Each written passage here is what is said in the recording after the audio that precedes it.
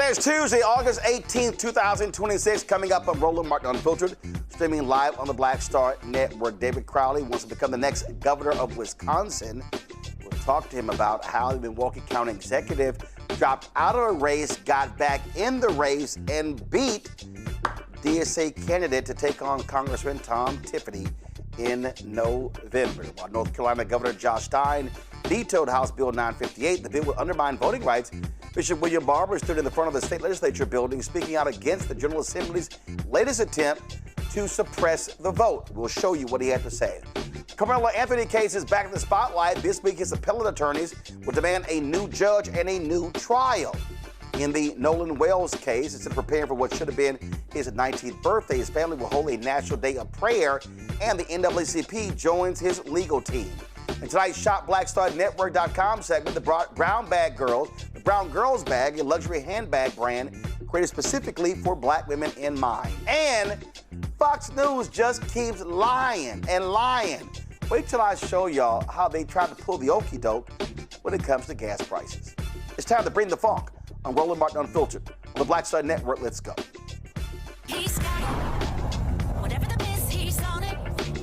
Whatever it is, he's got the scoop, the fact, the fine. And when it breaks, he's right on time and it's rolling. Best believe he's knowing. Putting it down from sports to news to politics. With entertainment just for kicks, he's rolling. It's on go, roll, y'all. It's Roland Martin, yeah. Rolling with Roland now. He's funk, he's fresh, he's real, the best. You know he's Roland Martin now.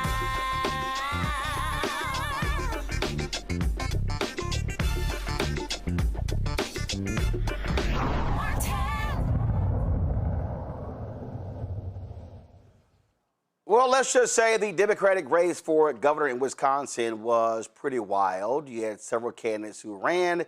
You had a DSA candidate, Francesca Hong, leading. You had former Lieutenant Governor Mandela Barnes. You had the current Lieutenant Governor. She drops out. He drops out. David Crowley, the Milwaukee County executive, he was in the race. He drops out, gets back in the race, misses the first 10 days on early voting ballot, and he somehow wins by a few thousand votes. Yeah.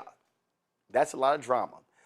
He could become the first African-American to serve as governor in the state. Also, you have, of course, black candidates in several states as well. Also, if elected, will be the youngest person elected to the office. Joining us right now is David Crowley. Glad to have you on the show. Good to see you again. How the hell did you win?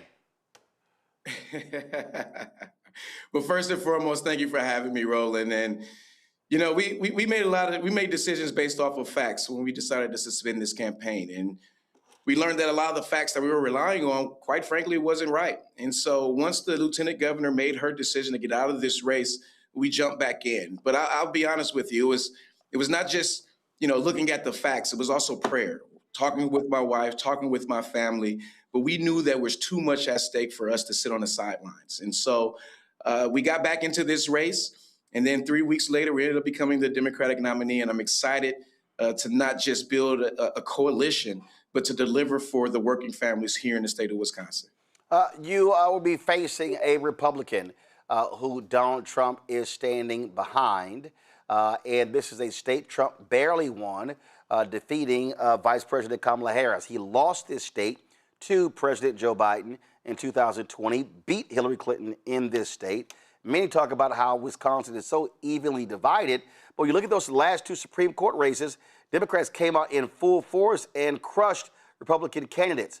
What is your focus? How are you looking at the map in order to understand what you must do to win?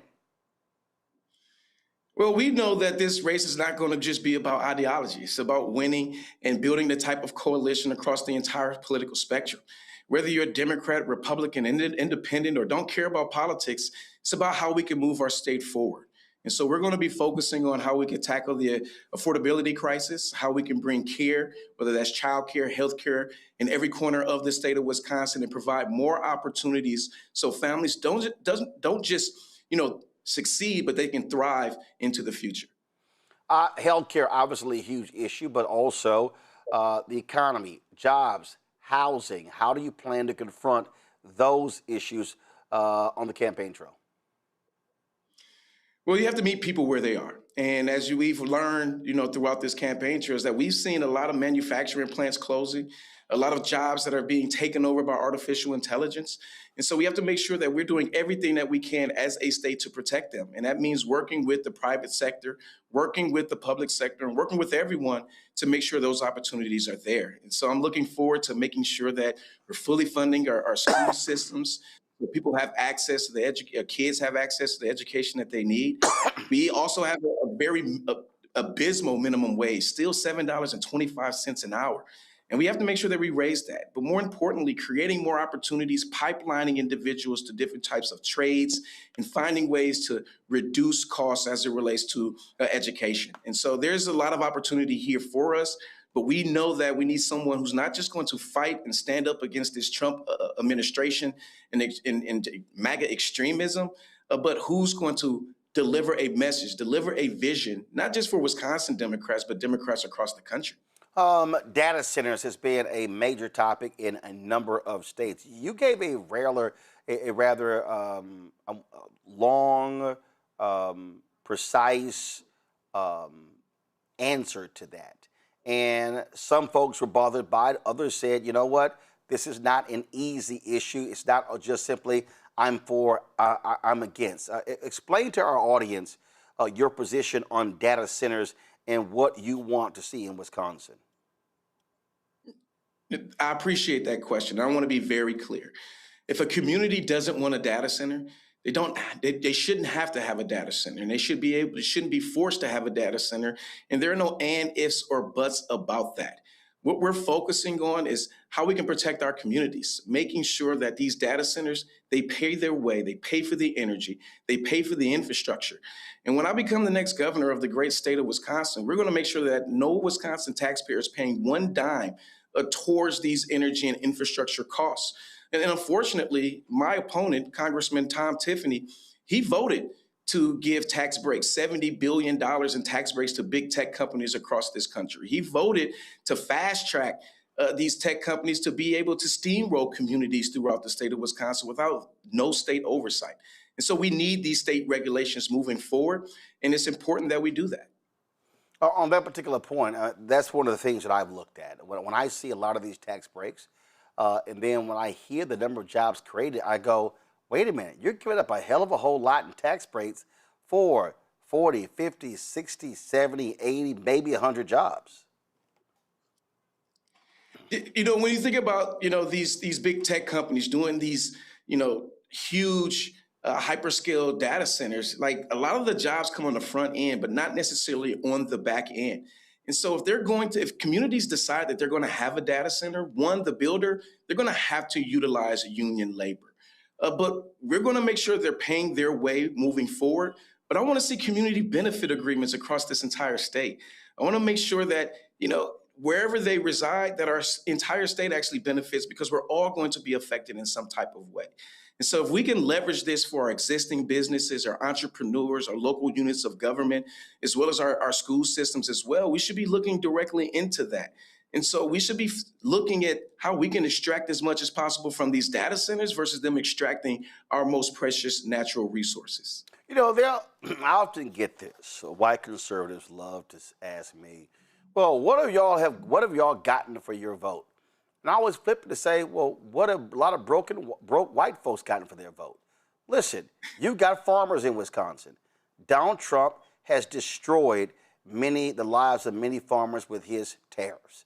You got that particular issue there. Also, it's a lot of poor whites in America, in your state, who depend on the Affordable Care Act, who depend on SNAP, who depend on these different things. Are you willing to go to them and look them dead in their eye and say, hey, you've been voting against your own economic interest. You really should pay attention to what we Democrats are doing to try to help you live a better life? As I've traveled across this state, whether it's a small rural community, mid-sized suburban community, or large urban communities like I represent, we are all facing the same issues. It's the affordability crisis, being able to afford groceries to put on your table, being able to afford a home that you can rest in every single night, or being able to afford healthcare and childcare, which quite frankly is either expensive or not accessible. And so we've learned that there's a lot of people who have a lot of hope because we've won this primary election. They're excited. We have this momentum, and we're not going to leave no stone unturned. And as I talk to farmers, they know that Donald Trump is to blame as it relates to their workforce, their increase in prices for them because of this war of choice with Iran and how they've seen not just their tariffs rise, but gas prices rising as well. And so we have to take advantage of this opportunity. And as the next governor, we're going to make sure that we not only lower costs, but we put more money in the pockets of families all across this state. Questions from my panel. First, Dr. Mustafa Santiago Ali, former senior advisor for environmental justice at the EPA. Brother Crowley, it's good to see you. Good luck with everything. My question is, I know Wisconsin fairly well. You have an opportunity to build 21st century infrastructure, and I heard you just mention that rural and folks in urban centers have some similar concerns. If you're governor, what does a 21st century infrastructure look like in Wisconsin? That 21st century infrastructure means that we are no longer leaving anyone behind. We don't want zip codes to determine futures here in the state of Wisconsin. So we're going to focus on making sure that when the tide rises, all the boats rise. I come from an organizing background. I was always told if you don't have a seat at the table, you're on the menu. In our schools, our students, farmers, rural communities, older adults, they all feel like they've been on the menu, and especially people of color that I represent. And so it's about making sure that we lend their voices to the solutions that's going to work for them. There isn't a one-size-fits-all solution. What works in my community may not work in a La Crosse, may not work in a Superior, but it doesn't mean that we can't make sure that those individuals lean their voices to the solutions that work for them. And so it's not about building this on my own. No governor, no one entity is going to be able to do that. It's about how do we bring others to the table and continue to empower our state so our state moves forward just like our motto says. Lisa Durden, social justice journalist out of Newark, New Jersey. Your question for David Crowley. Ooh, Mr. Crowley, this election made me dizzy. In, out. So a few things, a couple of quick things. I understand that polling is putting you in front of Tiffany, and I love that you're leading in both the independent area of voters and the battleground individuals. So that's cool, but in house and ever, the Southerners say house and ever, but in house and ever, I don't trust polls. They can flip on your ass. So I wanted to know. I know. I know. So who's on first, what's on second? So I wanted to know, I understand that you have to run like hell. You've got to run like hell. But speaking about voting against your own interests, I don't know what you're going to do to get the voters to understand that their stomachs are about to be empty if Tiffany gets in that office. So what are you going to do to impart on the potential voters, don't vote against your own interests? What are you going to do on the campaign trail to inspire, incite, or to create energy around this vote's important? Because as you know, Democrats, people are a little disenfranchised with Democrats and Republicans, to say the least. So I just am looking for what your plan is. One, you have to meet people exactly where they are and make sure that they're a part of this process. As a county executive in this race, I'm the only one who's gotten anything done, right? In Milwaukee County, we have the lowest unsheltered homeless count per capita than any community in the entire United States. We've lowered overdose deaths by 40% in just 4 short years. And we've cut taxes, the largest property tax cut in our community's history, while bringing people across the political spectrum to not only benefit Milwaukee County, but every single municipality. And our job is to make sure that they understand, Tom Tiffany's record. He is a MAGA extremist who has served in Congress and has done nothing but be a lapdog to Donald Trump. He's the only person that I know here in the state of Wisconsin who's voted with Donald Trump 100% of the time. And so he is not focused on actually having a backbone and standing up and fighting for his own district. He's only going to do what he's told. And right now, whether you're on the far left or the far right or anywhere in between, we all know that government isn't working. And we need a governor who's going to bring folks to the table. And that's why I'm excited to be in this race. It's giving us a lot of opportunity to not only speak directly to the issues, but bring others to the table to join the movement that we've created.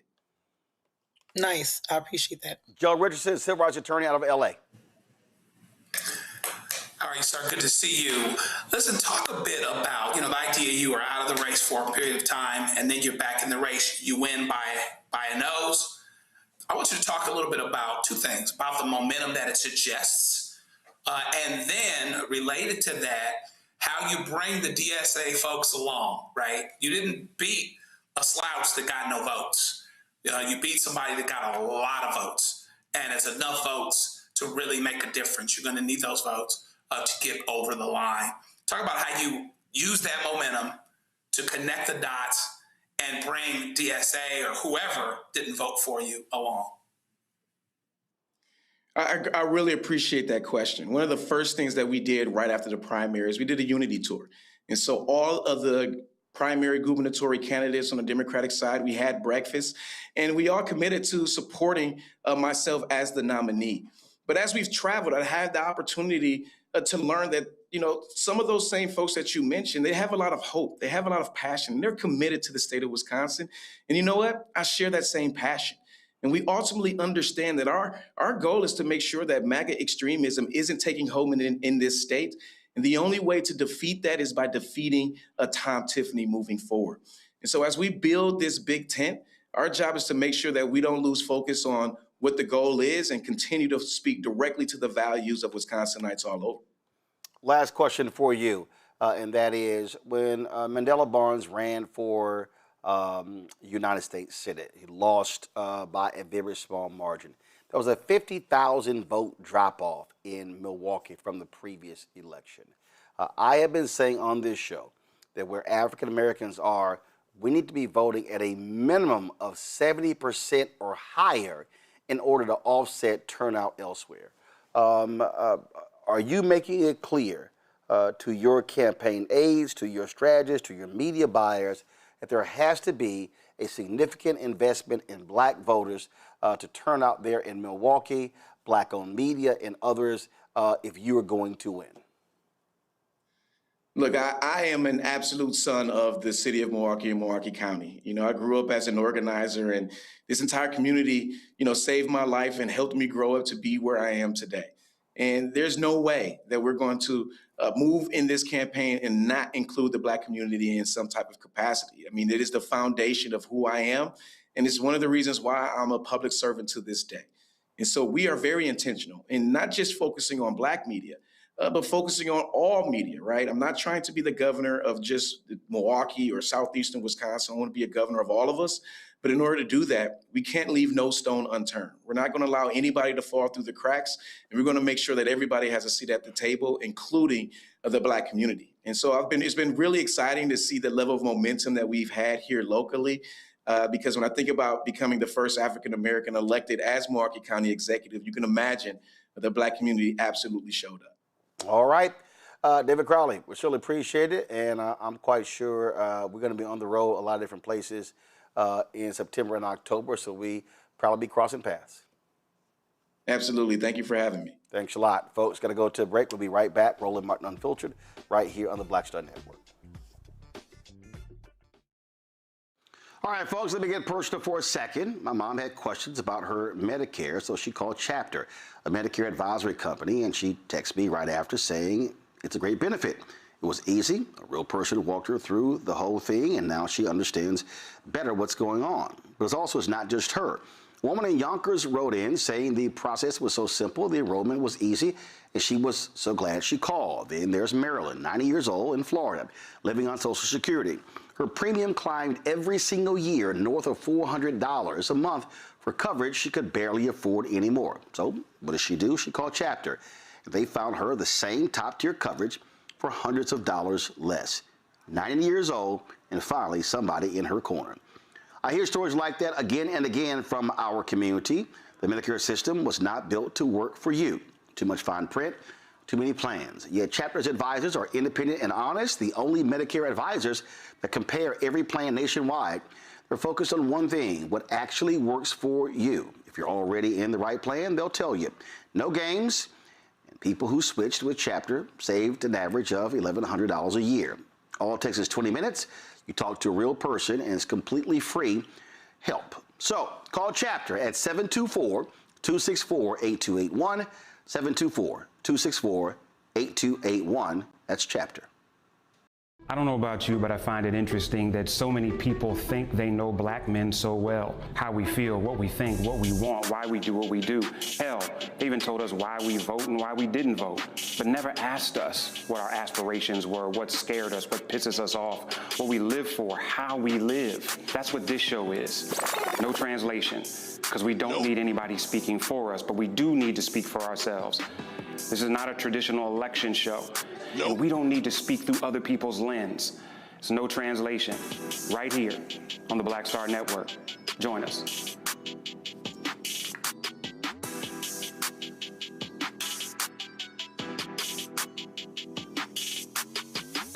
What's up? It's Talib Kweli. I'm CEO. This is the Black Star Network.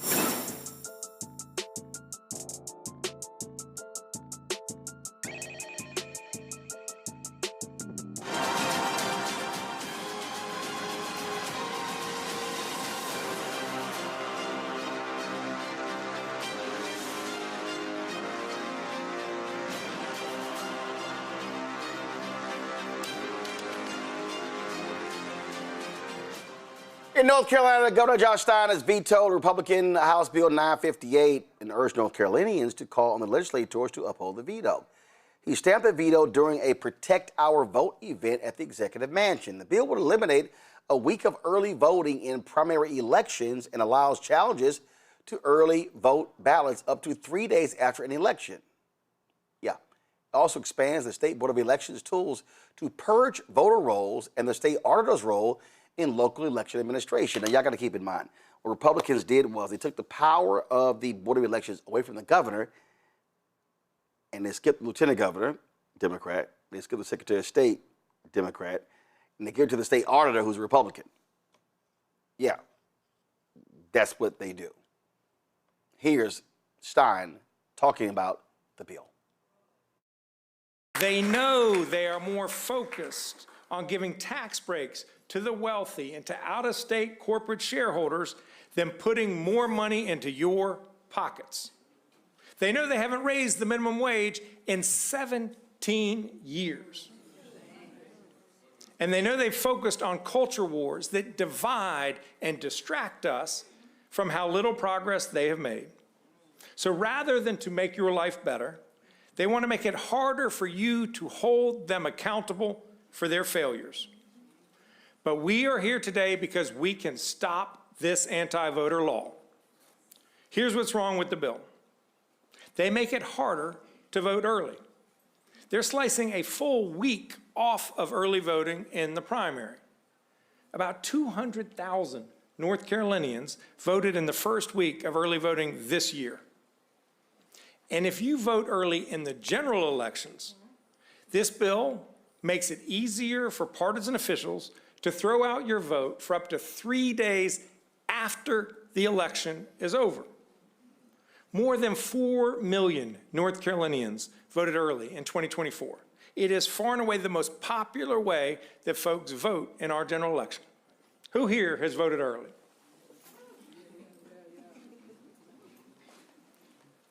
So if you are lawfully registered, show your ID and vote early, some sore loser could still try to throw it out after the election is over.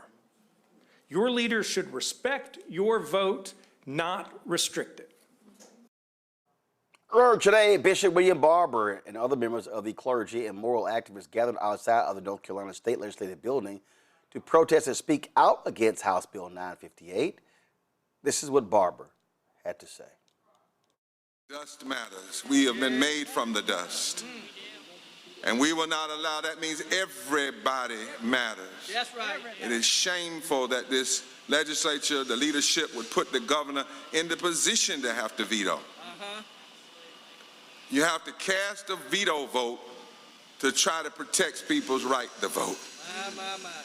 It makes no sense. No sense. But we have to do more than talk, and more than pray, and more than believe. We have to put legs on our prayers, and we have to put action on our declarations. 100 days, 1,000 marches to the polls. Watch this. First day of early voting. We want the media to understand. We're calling that on that first day of early voting, we want you to have to report breaking news. There are people marching, multiple in Wilmington, North Carolina. Wait a minute, we just got a report. It's happening in Raleigh. Wait a minute, we just got a report.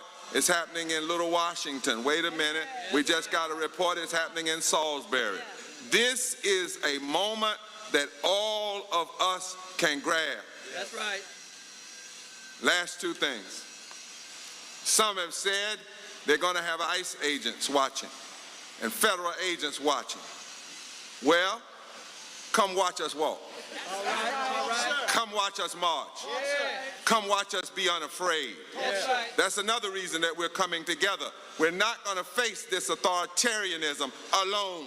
That's right. We will face it together. Yes, sir. And then finally, for members of the media, we'll take questions after this. But here is what is supposed to be happening. They're not the words of William Barber or Nancy Petty or Reverend Frank or Wayne or Reverend Hannah or Rabbi Sandra or Reverend William. They are the words of folk that came long before us. That's right. Who came out of the craziness of slavery and injustice. And black and white, they decided to write a new constitution. That's right. There were preachers in that midst, and they decided to write. And here's what they wrote that should be the only thing we do when it comes to voting. Yes, sir. It is found in the first articles of our Constitution in this state, penned back in the 1860s. Only a citizen That's right. of these United States, born or naturalized, who is 18 years of age and possessing the qualifications set out in this article, shall be entitled to vote That's right. at any election by the people of the state. The greatest injustice, the greatest sin, Nancy, of this legislature, the greatest unconstitutional act is that they have forgotten the elections don't belong to them. That's right. That's right. The elections don't belong to politicians. The elections don't belong to the speaker. They don't belong to the Senate pro tem leader. They don't belong to whoever happens to majority. In the Constitution of this state, the wisdom of black and white fusionist politicians coming up out of the vestiges of slavery, they declared elections belong to the people. Period. And anything that attempts to block and suppress the people's election, when a few hundred people try to block millions, That's right. it is unconstitutional. It is sin. Morally indefensible. That's right. Constitutionally inconsistent.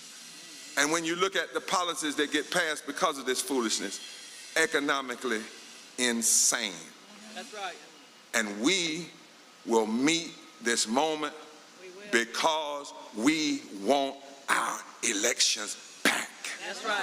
That's right. Yes, sir. That's right. So we will march. Yes, sir. So we will walk. Yes, sir. So we will drive. Yes, sir. So we will be on the sidewalks. We will be on the streets. Yes, We will leave our churches. We will leave our synagogues. We will leave our mosques. We will leave our lodges. We will leave our fraternal place. We will leave our college campuses. And we will, in our workplaces, our labor unions, And we will put on the most massive mobilization of recent years because we want our elections back. That's right.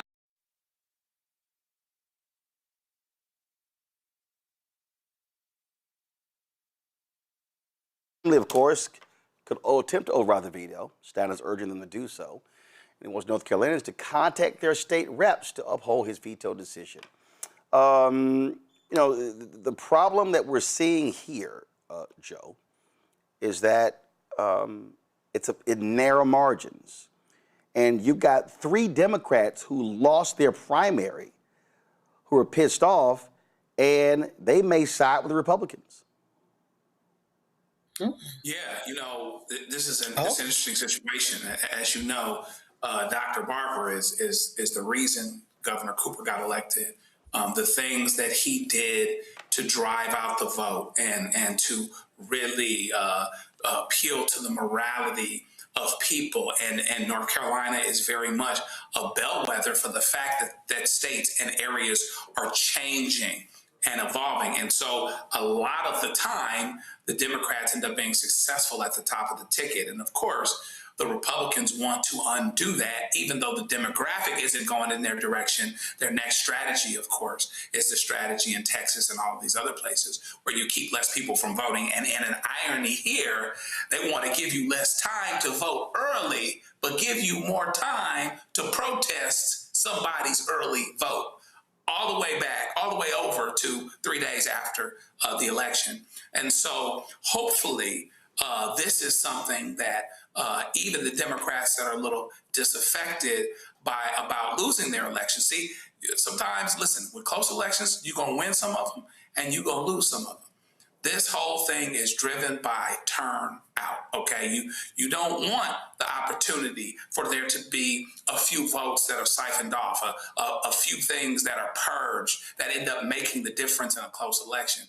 Hopefully, they see the larger view, take the larger and the longer view, that this is where we need to go. This is the best thing for the health of the country and certainly the best thing for the health of the state. I appreciate Dr. Barber always standing in the gap, repairs of the breach, doing what needs to be done. And North Carolina can continue to make its future by having as many people vote as they can so that the will of the people is done at the poll. Republicans, at least, have been pissed off since Obama won North Carolina in 2008. And they have done all they can to undermine the vote in that state since then. I never thought I would live long enough to see fascism at this level. I mean, it's never ended, but I thought, okay, we're moving in an upward direction from the 1960s civil rights movement and on and on and on and on.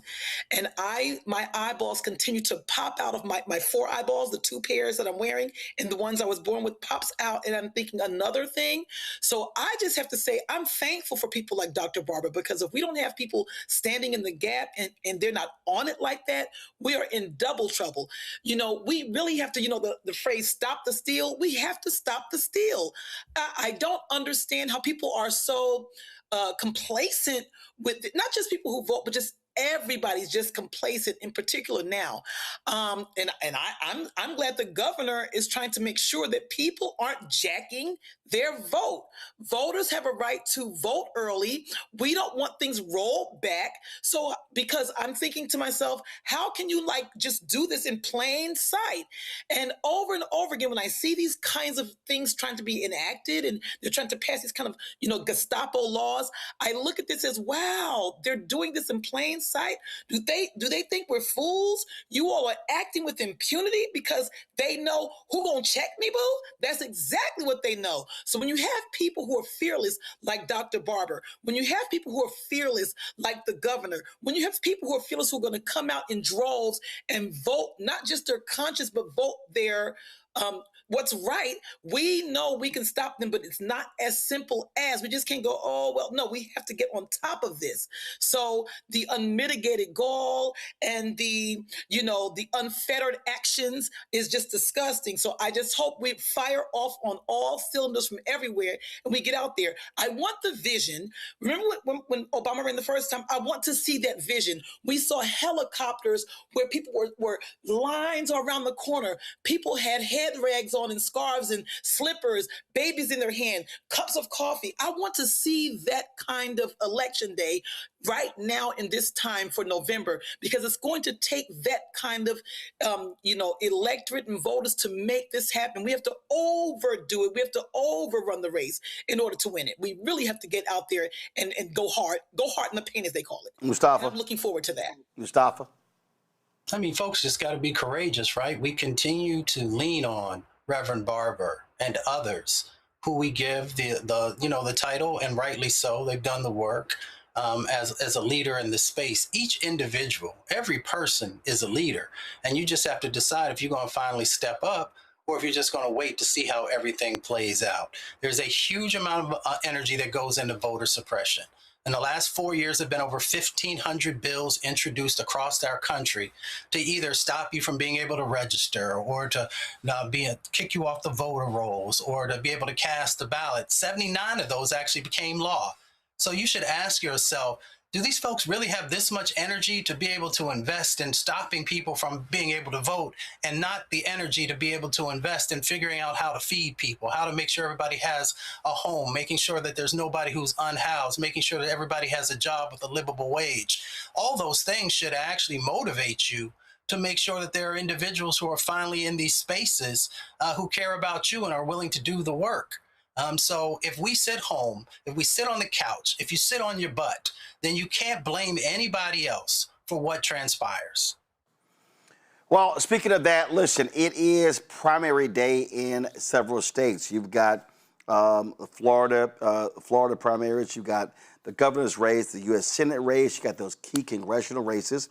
So we're watching that. You've got Alaska, Wyoming as well. Really paying attention to Alaska because Mayor Batola, she's running. And she's running against an incumbent Republican. And there's a guy in the race who has the same last name, Dan Sullivan, different middle initials. And so that could cause some confusion there.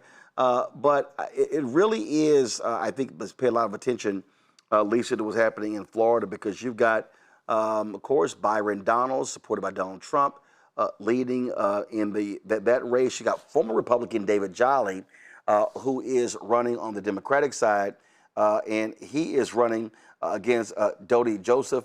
And so we're watching that race, as well as Dana Marie Foster, two African Americans. So we're watching that. He is expected to win. Then, of course, you've got the U.S. Senate race, Alex Vindman versus Angie Nixon.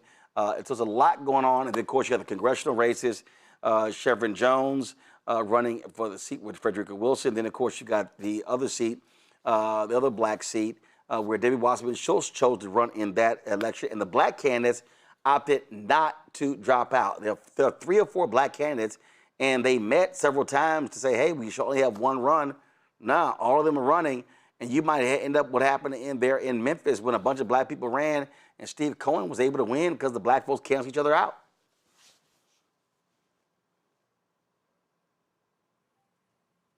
I'm not sure if this makes any sense, but people say, a run for this person is a win for that person.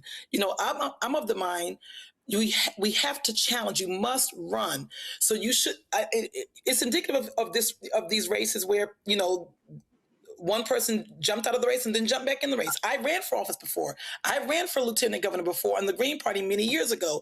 And people said to me, oh, you're taking a vote from this person and that person. But if we didn't run and challenge that election, it would have been a walk-on. I am all for it. So I'm just hoping that, these individuals stay in the race, they go hard in the paint, and they do their best, because there was an election in Newark, a lady named Donna Jackson. She didn't have no money. She didn't have no flyers. She didn't have no people. She didn't have no Roger, no rerun, no rent. But since she challenged the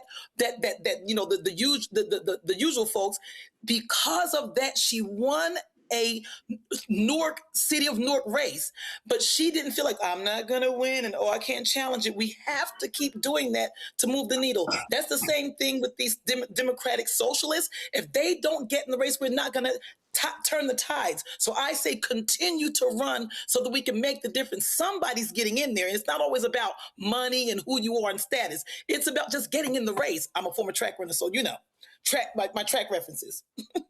The thing here... somebody might drop the baton.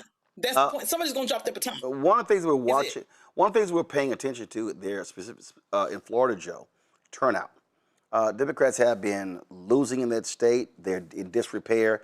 Nikki Fried has been trying to rebuild the party in the last several years. And so turnout, that's one of the things we should be looking at tonight. How hyped are Democrats there to vote in the primary? And, it wasn't long ago where our dear brother, who's struggling now, our prayers are with him, came very, very close to becoming governor. So the numbers are there to affect a change. One of the big suggestions that happens, and we talked about it quite a bit, in the South is that because Republicans win so often, it's because that they have the numbers and therefore we shouldn't be hopeful. There are a whole lot of black folk. There are a whole lot of votes to mine, M-I-N-E, of people that don't turn out either because they're not hopeful or whatever else. And that's to say nothing of, some of these laws that are coming into play where they try to restrict and restrict people that are the recently incarcerated or convicted and those types of things. But hopefully they can reconnect to the momentum that let folks understand that Florida was changing. I think Florida still is changing, just like Alabama is, just like Mississippi is, just like Texas is. The question becomes, can we have an overwhelming turnout to show that despite your attempts to siphon off and to purge and all of these other things, we are still marching towards being a different state than we were just because of the numbers. And hopefully our dear brother who's been running the party down there and been putting forth those efforts will see some of that come to fruition even tonight. Mustafa? I mean, this is just one of those moments, right? You still got to work incredibly hard to get people's vote. A lot of folks are disillusioned. A lot of folks don't believe that it makes a difference, no matter how much pain they continue to experience, both themselves and in their families and inside of their communities. And a lot of it has to deal with that people don't truly believe that they have power. So if you don't think that you have power, then you think that your vote doesn't have power. And if you think your vote doesn't have power, then you don't show up. And so therefore, you give away all those resources that should be coming to your community to others who probably will not have the best interest of your community at heart. So one of the things is really helping people to understand, as we've talked about on the show before, the power of your vote. But not just the power of your vote, but how it is transformative. And a lot of times people don't do the work that's necessary to help folks to have an understanding of what that looks like. So we continue to educate. We continue to try to motivate folks, but at the end of the day, people are going to have to determine when they've had enough and when they're willing to make sure that there's real change that happens. All right, folks, let's go to a break. We'll be right back. Roland Martin Unfiltered on the Black Star Network. Don't forget to support the work that we do. John Breen, the Funk Fan Club, goes to get 20,000 of our fans contributing on average $50 each a year. That's $4.19 a month, 13 cents a day. If you want to do so via Cash App, use a Stripe QR code. You see it right here. As for credit cards as well, checks and money order, make it payable. Roland Martin Unfiltered, P.O. Box 57196, Washington, D.C. 20037-0196. PayPal, R. Martin Unfiltered. Venmo, RM Unfiltered. Zelle, Roland at RolandSMartin.com. Roland at RolandMartinUnfiltered.com. Back in a moment. All right, folks, let me get personal for a second. My mom had questions about her Medicare, so she called Chapter, a Medicare advisory company, and she texted me right after saying it's a great benefit. It was easy. A real person walked her through the whole thing, and now she understands better what's going on. But it's not just her. A woman in Yonkers wrote in saying the process was so simple, the enrollment was easy, and she was so glad she called. Then there's Marilyn, 90 years old, in Florida, living on Social Security.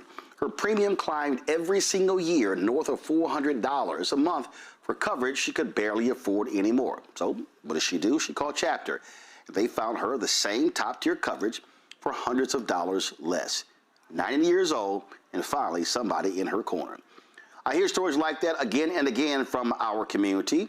The Medicare system was not built to work for you. Too much fine print, too many plans. Yet Chapter's advisors are independent and honest, the only Medicare advisors that compare every plan nationwide. They're focused on one thing, what actually works for you. If you're already in the right plan, they'll tell you. No games, and people who switched with Chapter saved an average of $1,100 a year. All it takes is 20 minutes. You talk to a real person, and it's completely free help. So call Chapter at 724-264-8281, 724-264-8281. That's Chapter.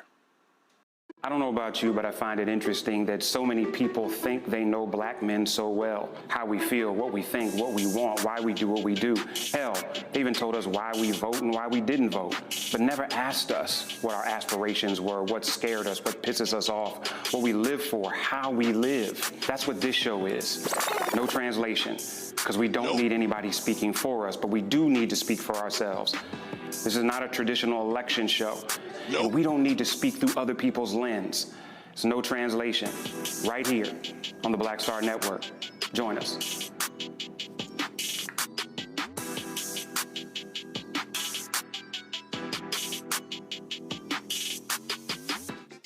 My name is Bill Duke, and you're watching Roland Martin Unfiltered.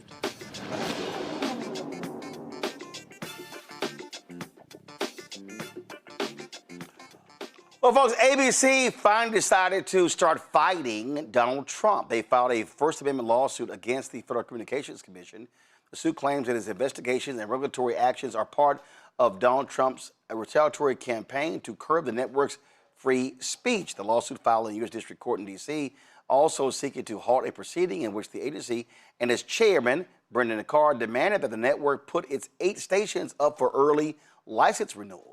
That followed Donald Trump's attacks on the network, including its nighttime host, Jimmy Kimmel.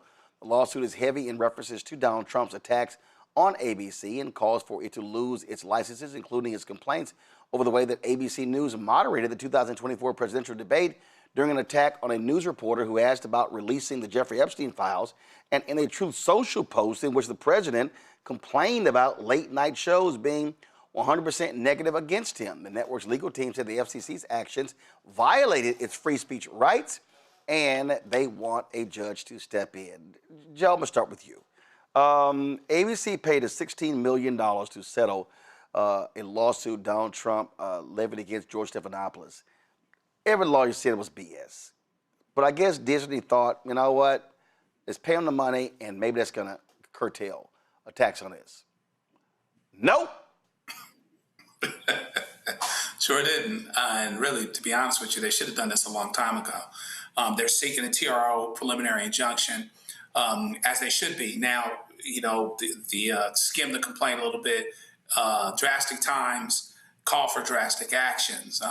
This complaint has the potential to be groundbreaking in some ways. But if you look at actually what's happening, a lot of these stations weren't up for renewal till 2028.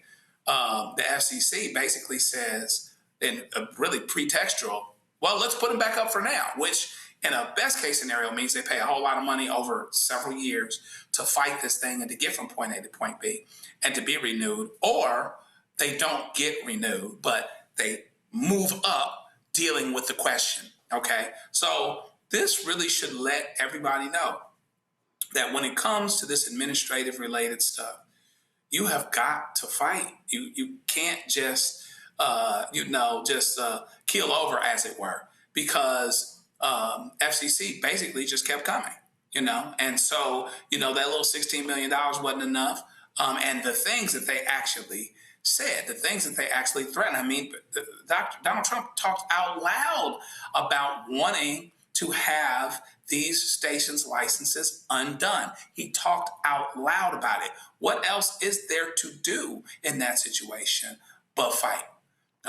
They tell us certain animals, they can kill you, but they, if they have a way of escape, that's what they'll do. But when they're against the wall and they know they're against the wall, what they do is they fight. And you have a problem at that point. And so really what ABC should have realized is that it's been against the wall for a long time. I guess better late than never, but hopefully they stay at it, because if they fight and the next place fights and the next place fights and the next place fights, the Trump administration is not particularly good at fighting a 10-front war. They're not particularly good at it because, among other things, they aren't the smartest and they aren't the most competent. So put that to the test and go where you need to go, because the republic is at stake. First Amendment rights are at stake. A free press is at stake. We have to do these things, and I'm glad they're finally doing it. You know, the thing that jumps out here, Mustafa, you can't play footsie with this dictator. And all of these different people thought, oh, well, if we just throw him some cash. No, he's so brazen, he's going to demand more. He is an absolute extortionist. Mm-hmm. Well, they got their pimp game on, and people just got to understand the dynamics that are truly playing out in front of you. So first of all, people hear me talk about this all over the country. Stop funding your own oppression. So when you pay off, these deals that these folks try and put in place, then you continue to fund your own oppression. You continue to put the blood in the water. The sharks are going to come. When you have bullies, and these folks are bullies, right? I've worked for a number of administrations, never seen anything like this. They're going to continue to punk you. Whether you are a multi-million-dollar conglomerate or you're somebody who's a little bit further down the food chain, they are going to continue to push you. They're going to continue to punch you. They're going to continue to do these things because most folks won't stand up and push back. My daddy used to say he could always tell if somebody had a strong spine, because no matter what came at them, they were going to continue to stand up based upon what their values and priorities are and not be moved. But unfortunately, we've had folks who've done this. So when you have these folks who continue to try and censor, let's say that word again, to censor what's being shared because it is not a part of their ideology, then they continue to try and utilize both the courts where they continue to lose. It just takes a long time. And they continue to try and extort people, as you just shared. So stop funding your oppression, stop going down on your knees, and stand up for what you believe in. Yeah, pure, simple as that, Lisa. And the bottom line is, you got to fight. This man is a thug. He has no bottom, none, zero, zilch. And so you got to swing on his ass. Yep. It's funny. Listen, last time I checked, everybody knows you don't pay the ransom money. You don't pay. Because they think we're going to keep digging. I'm going to reach down in your purse to pay your way and your homeboy's way. Come on, stop paying that. And my mother is from the South, and she would always get mad when I tried to stand up. I had to evict tenants. And when I'm there, I'm waiting for them to close the door. She says, you better get off that porch. Those tenants could have a gun. I said, I might have a gun. So here's what we're about to do. I'm about to test that ass. She was scared. I can't fight, but I want to see, can you fight? That's the problem. So I was like, woo, about time ABC, put their big girl, boy panties on and said, let me go out swinging. Somebody's got to have brass balls to fight and battle Trump. These Gestapo tactics is silencing media. All, establishment media, don't you have a bunch of lawyers? So I just hope and pray, as they say, that ABC's lawsuit against them for the FCC retaliatory campaign to lock down on the right to free speech for everybody makes other people like a domino effect say, oh, okay, if ABC can stand up and they can go out swinging and getting in the ring, let me do the same. I think this is going to be the beginning of all of that, because after a while, when you press Donald Trump against the wall, he just falls to the ground. He thinks, let me see if I can punk you. And that's exactly what has been happening.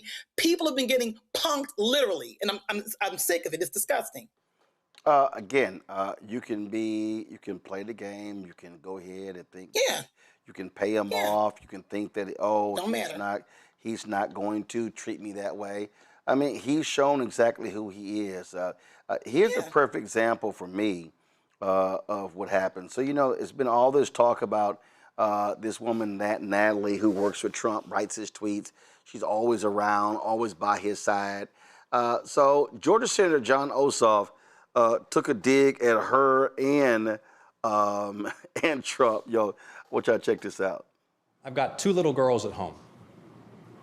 Eva's 4 and Lila's 1, and I'm so grateful to this country for the security and the opportunity it affords them. But this isn't the world I want to leave them. Soon enough, they'll learn there's now plastic in human blood and breast milk. That toxic forever chemicals are in half the country's drinking water. Eva loves animal documentaries, and she'll learn that the butterflies are dying off. She'll ask me why I allowed these things to happen. She'll learn about the nuclear weapons that still threaten annihilation. And when you step back and consider it, the situation is absurd. Tech titans dig bunkers and warn us the new intelligence they're training could lead to mass joblessness or human extinction, and our Congress debates ballrooms and youth sports. We've amassed enough firepower to end the world 1,000 times over, but we can't summon the will to guarantee health care and pre-K.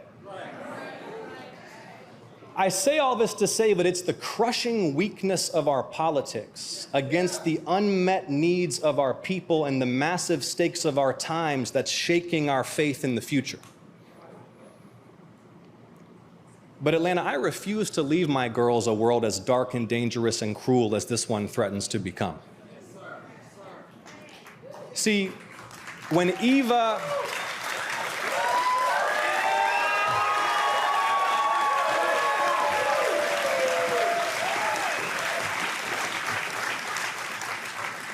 When Eva's old enough to ask me why I'd let this happen, I'm determined to answer truthfully that I didn't.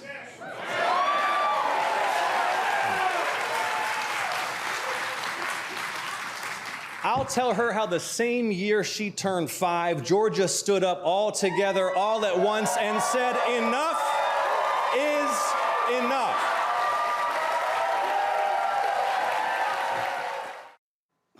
One of the things that I like, again, you take the shot and you call him exactly who he is, and Fox News took note of that, and they were like, okay. And they were like, well, you know, and of course, Laura Ingraham, she wasn't too particularly happy, but I don't know why they all upset. Donald Trump, all he ever does is trash as well. And so, again, you treat him exactly who he is, the thug that he is.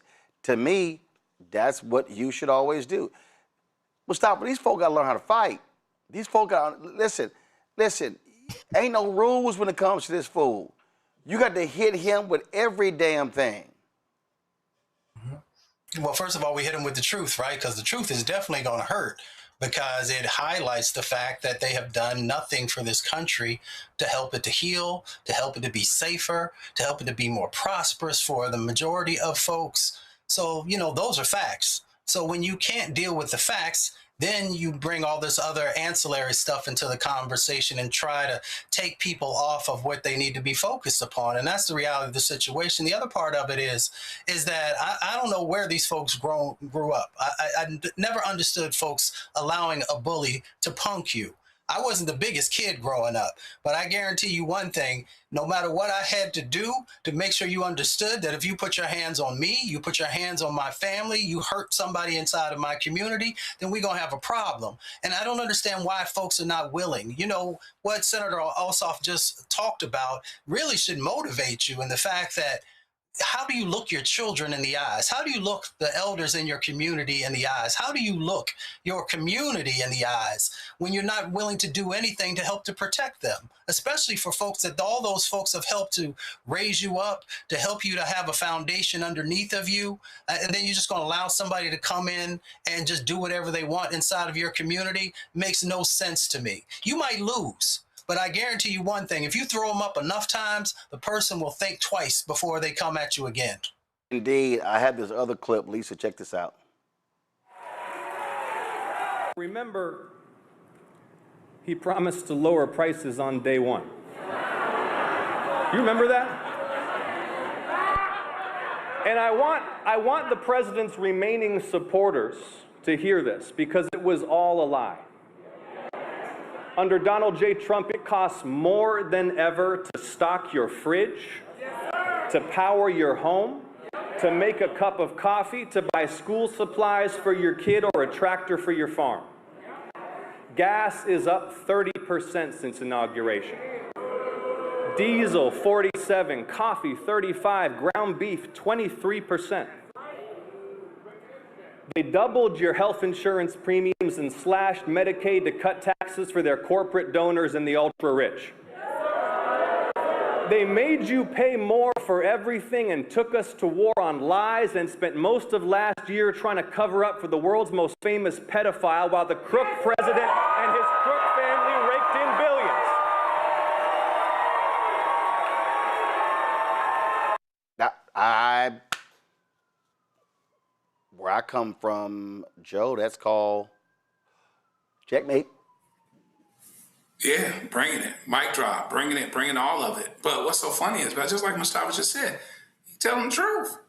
He's actually telling the truth. He didn't have to create. He didn't have to extend the truth. He didn't have to tell something that deserves context. Prices are up. Okay? Prices are way up. And really, when it comes down to it, not standing up. Starting off, even Republicans with their own party, they had many chances to beat him back, as it were. Made him bigger, made MAGA extremism bigger, made all of this stuff bigger than it had to be. But it was built on a foundation of lies, a foundation of untruth, a foundation of dishonesty, lack of integrity, etc. And it's interesting to watch how people twist up in pretzels to say that they believe in integrity and they believe in truth and honesty, but they still are on this Trump train. But the train is it's going off the tracks big time. And I'd laugh about it, except we all paying more money.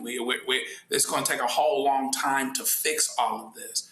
But it's going to take more truth tellers like John Ossoff to put it where it really is and say, this is what's happening and this is what's going on. And hopefully the people of Georgia, in his case, are listening to it. I think he looks fairly good as it pertains to the polls and gives you a sense for how far he's actually come because all that time ago they said that he couldn't win. And so hopefully we continue to just have more truth tellers to continue to let us know. If people vote with the urgency that all of this mess has actually created, we will see quite a big change in Congress, quite a big. Had an event with Senator Mark Kelly and his wife, former Congresswoman Gabby Giffords, where, let's just say, he didn't mince words when it came to draft dodging Donald Trump. Because I don't think anything illustrates the times more aptly than that the draft dodging crook president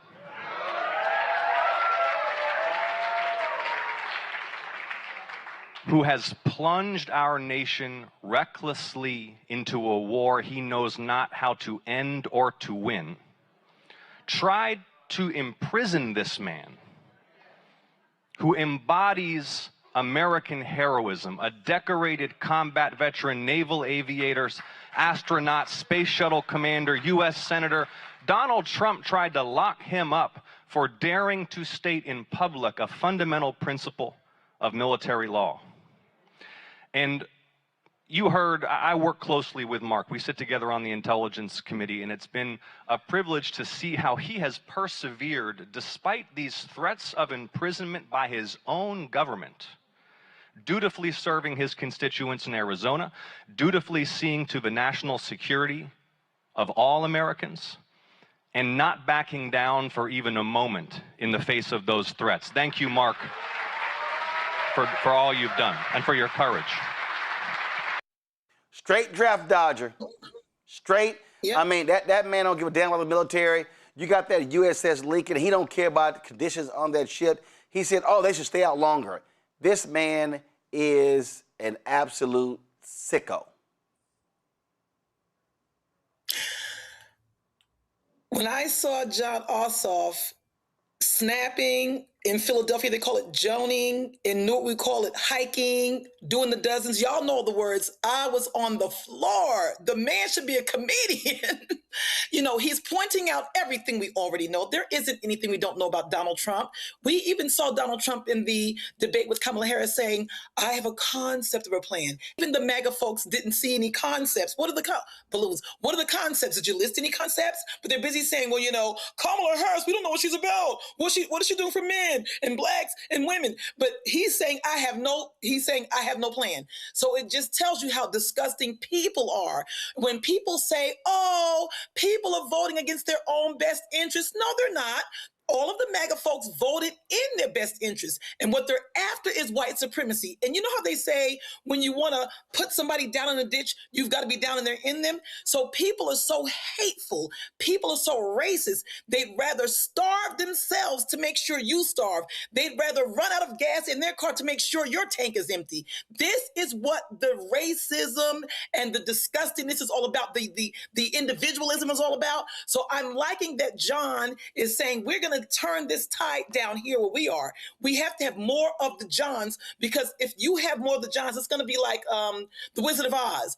You know, when they got to the end and you saw the wizard, he was so loud and mean. At the end, it was a little short man that was a punk.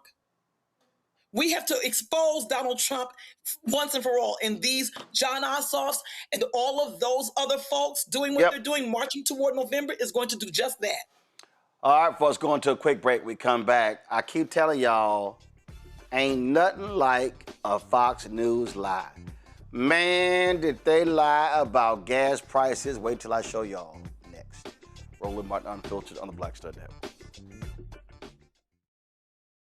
All right, folks, let me get personal for a second. My mom had questions about her Medicare, so she called Chapter, a Medicare advisory company, and she texted me right after saying it's a great benefit. It was easy. A real person walked her through the whole thing, and now she understands better what's going on. But it's not just her. A woman in Yonkers wrote in saying the process was so simple, the enrollment was easy, and she was so glad she called. Then there's Marilyn, 90 years old, in Florida, living on Social Security. Her premium climbed every single year north of $400 a month for coverage she could barely afford anymore. So what does she do? She called Chapter. They found her the same top-tier coverage for hundreds of dollars less. 90 years old, and finally somebody in her corner. I hear stories like that again and again from our community. The Medicare system was not built to work for you. Too much fine print, too many plans. Yet Chapter's advisors are independent and honest, the only Medicare advisors that compare every plan nationwide.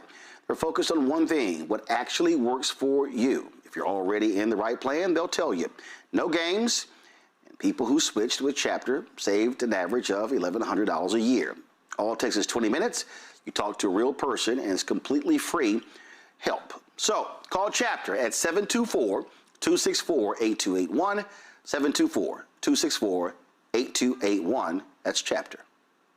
I don't know about you, but I find it interesting that so many people think they know black men so well. How we feel, what we think, what we want, why we do what we do. Hell, they even told us why we vote and why we didn't vote, but never asked us what our aspirations were, what scared us, what pisses us off, what we live for, how we live. That's what this show is. No translation, because we don't need anybody speaking for us, but we do need to speak for ourselves. This is not a traditional election show. No. We don't need to speak through other people's lens. It's no translation. Right here on the Black Star Network. Join us.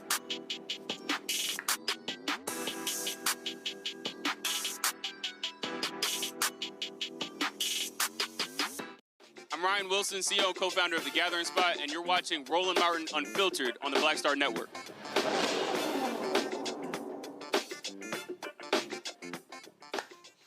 All right, y'all, ain't nothing like another Fox News lie. For the longest, they called themselves fair and balanced. Bullshit. They weren't. They done all they could to lie for Donald Trump, to just cover for him. They keep saying the economy is great, it's wonderful, it's fantastic. They're all lying. Check this segment out on gas prices. And before I toss back to you, yesterday we aired a graphic that showed gas prices incorrectly last year were $4.13 a gallon. They are in fact $3.13 a gallon. That's 90 cents more in the past year. The Trump administration says those gas prices will fall quickly once the operations in Iran ends. Now back to you. Oh, I want y'all to roll it again. Now, before I toss back to you, yesterday we aired a graphic that showed gas prices incorrectly last year were $4.13 a gallon. They are in fact $3.13 a gallon. That's 90 cents more in the past year. The Trump administration says those gas prices will fall quickly once the operations in Iran ends. Now back to you. So, really? How hard is it? This is the graphic, y'all. It's right here. This is the graphic. You see, they tried to show a year ago, it's $4.13. Then it was like, actually, now it was like a lot lower. That's what they're doing, y'all. That's what they're doing. They lie. That's all they do is lie, y'all. This is nothing more, Mustafa, than state-run propaganda. That's exactly what I was thinking, man. Oh, good gracious. If Octavia Butler was here with her dystopian novel, she would be having a field day and be known as the prophetess that she was. You know what's really interesting is, one, they expect that you can't count, because first he said $3.13, $4.13, 90 cents. I'm like, I know I went to public school, but I believe that that's $1. The other part of it is that all the people that I know, they don't use regular gasoline in their car, so they never talk about mid-grade and they don't talk about premium. And yeah, most folks can't afford that now, so they're going down and damaging their engine, so they don't talk to you about the additional cost that is going to be needed to be able to fix the engines, the additional upgrades you're going to need, all the various things that are in that space. And of course they lie because the policies are so terrible. The policies make no sense. Getting into a war made no sense. And people go to the grocery store, they see the prices, they feel the pain. When they go to the gas pump, they see the prices, they feel the pain. You know, and we can go down the laundry list of things that they have failed on because, one, the people that they put into the positions didn't have merit. And what I mean by merit is they had no experience. They had, no real world sets of lessons learned, but they put those people in. So, of course, you're going to have whack policy. You also put people into office who are out of touch with what everyday people are dealing with. So all of these things lead to the lie, lead to the misinformation and disinformation, because you have nothing to give the American public, because everything that you touch continues to get worse. Yeah, in fact, Fox Business, I mean, it's a little hard. It's a little hard to lie about the numbers. They tried there. They got called out. They had to come corrected. Lisa, but listen to them. Check this one out. The reason I'm fighting the problem is in the Strait of Hormuz, the whole oil thing, I'm feeling like we're losing clarity on what we're doing there, okay? And maybe that's an understatement, but I do feel like we're losing some clarity there. Now, so I'm at the point, and you gave me this way of thinking about it last week, Dagan. I'm at the point where I do not want to hear anything about whether or not Iran wants to make a deal. I don't want to hear anything about how much control we have. I don't want to hear anything. Said this last hour, as much as gas prices, anger voters? I think he's a bit perturbed. I think he's a little upset. Because what he's saying is like, damn, can y'all stop lying to us? Just be quiet. I guess he's a bit peeved. He says, I don't want to hear anything. I don't want to hear anything. We want to hear something. The truth. So I feel like people like him bank on individuals, I guess, thinking that they were born last night, not at night. So, they can just talk in circles and think that they're like, the emperor has on no clothes. We see that you're naked. Everybody knows what's going on. So I'm not for sure what goal he's trying to achieve with the ongoing, verbal masturbation, if you call it. So I don't know what it's going to take for individuals, like we said earlier in the show, to not be able to afford eggs, not be able to afford your gas, not be able to afford premium gas. I have a car, I have to put premium gas in, and not be able to afford to get on the train is $7 for one train ride. I'm over exaggerating. What is it going to take for them to see and know this is bullshit? This is a lie. This is not happening. What are you about to do? It goes back to voting. The only way that I know people have learned their lesson, if you will, is at the polls. Because I'm thinking, didn't you learn in 2016? Didn't you learn then? You didn't learn then? So I'm not for sure what the whole the issue is with loving Fox News and standing by their lies. They're not really news, because we see the outcomes for that population, and the audience is still glomming on to, oh yes, but they're right. They don't do their own. It's just not even homework. You just look around and you see right there in front of you. It's like snowflakes coming down. It's banging you in the head, a snowflake at a time. Don't you see? I'm going to go back to, they do see. They want to make sure that the least of us is lower than them. As long as Black folks and people of color are beneath them, they don't mind the suffrage. I think that they know. They want to make sure we're suffering better than them. And you can't make me suffer unless you're doing a little suffering.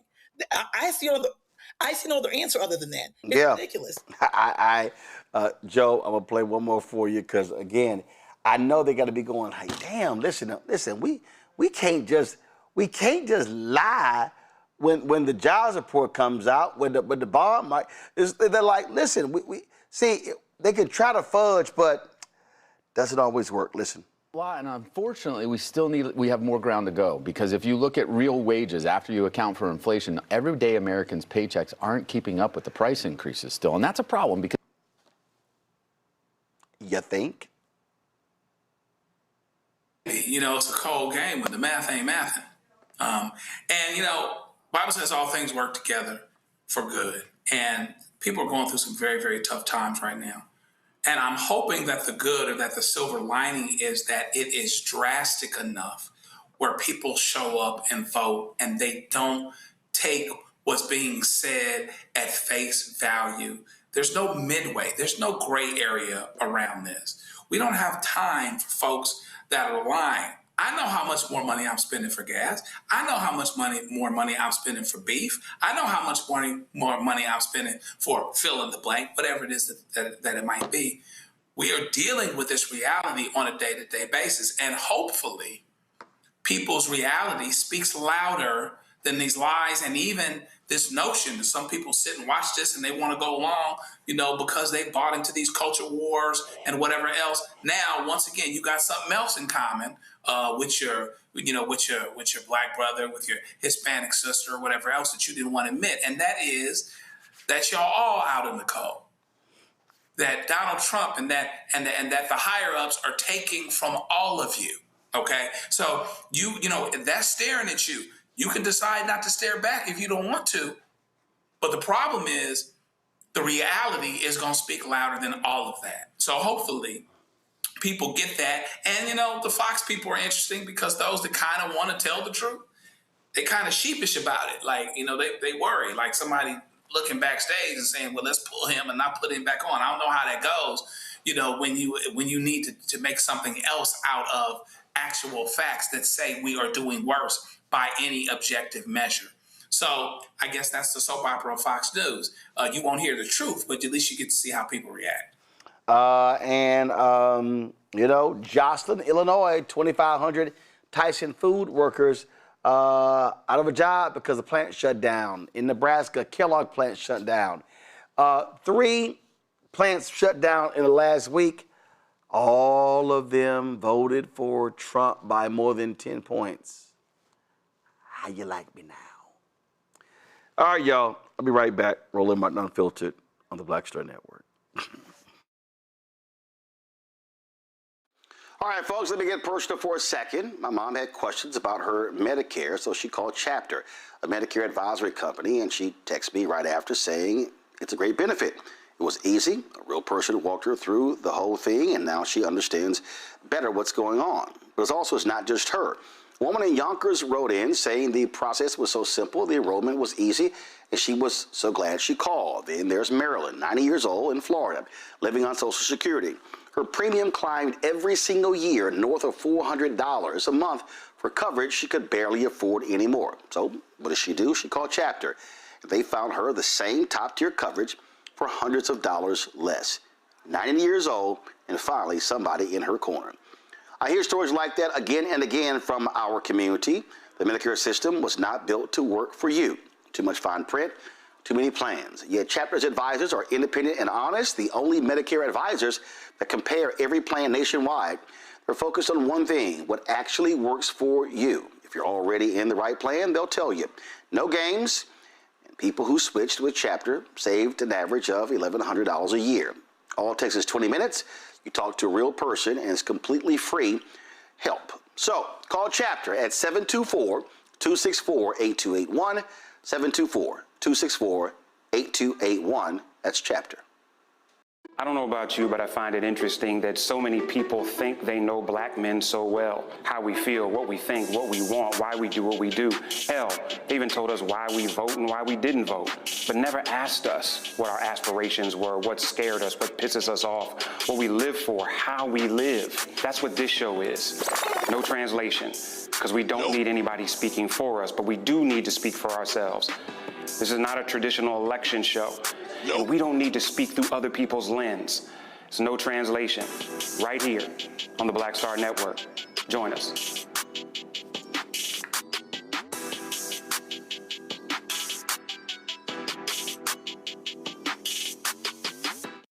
Hey everybody, I'm T.D. Jakes, and I want to encourage you to watch Roland Martin Unfiltered.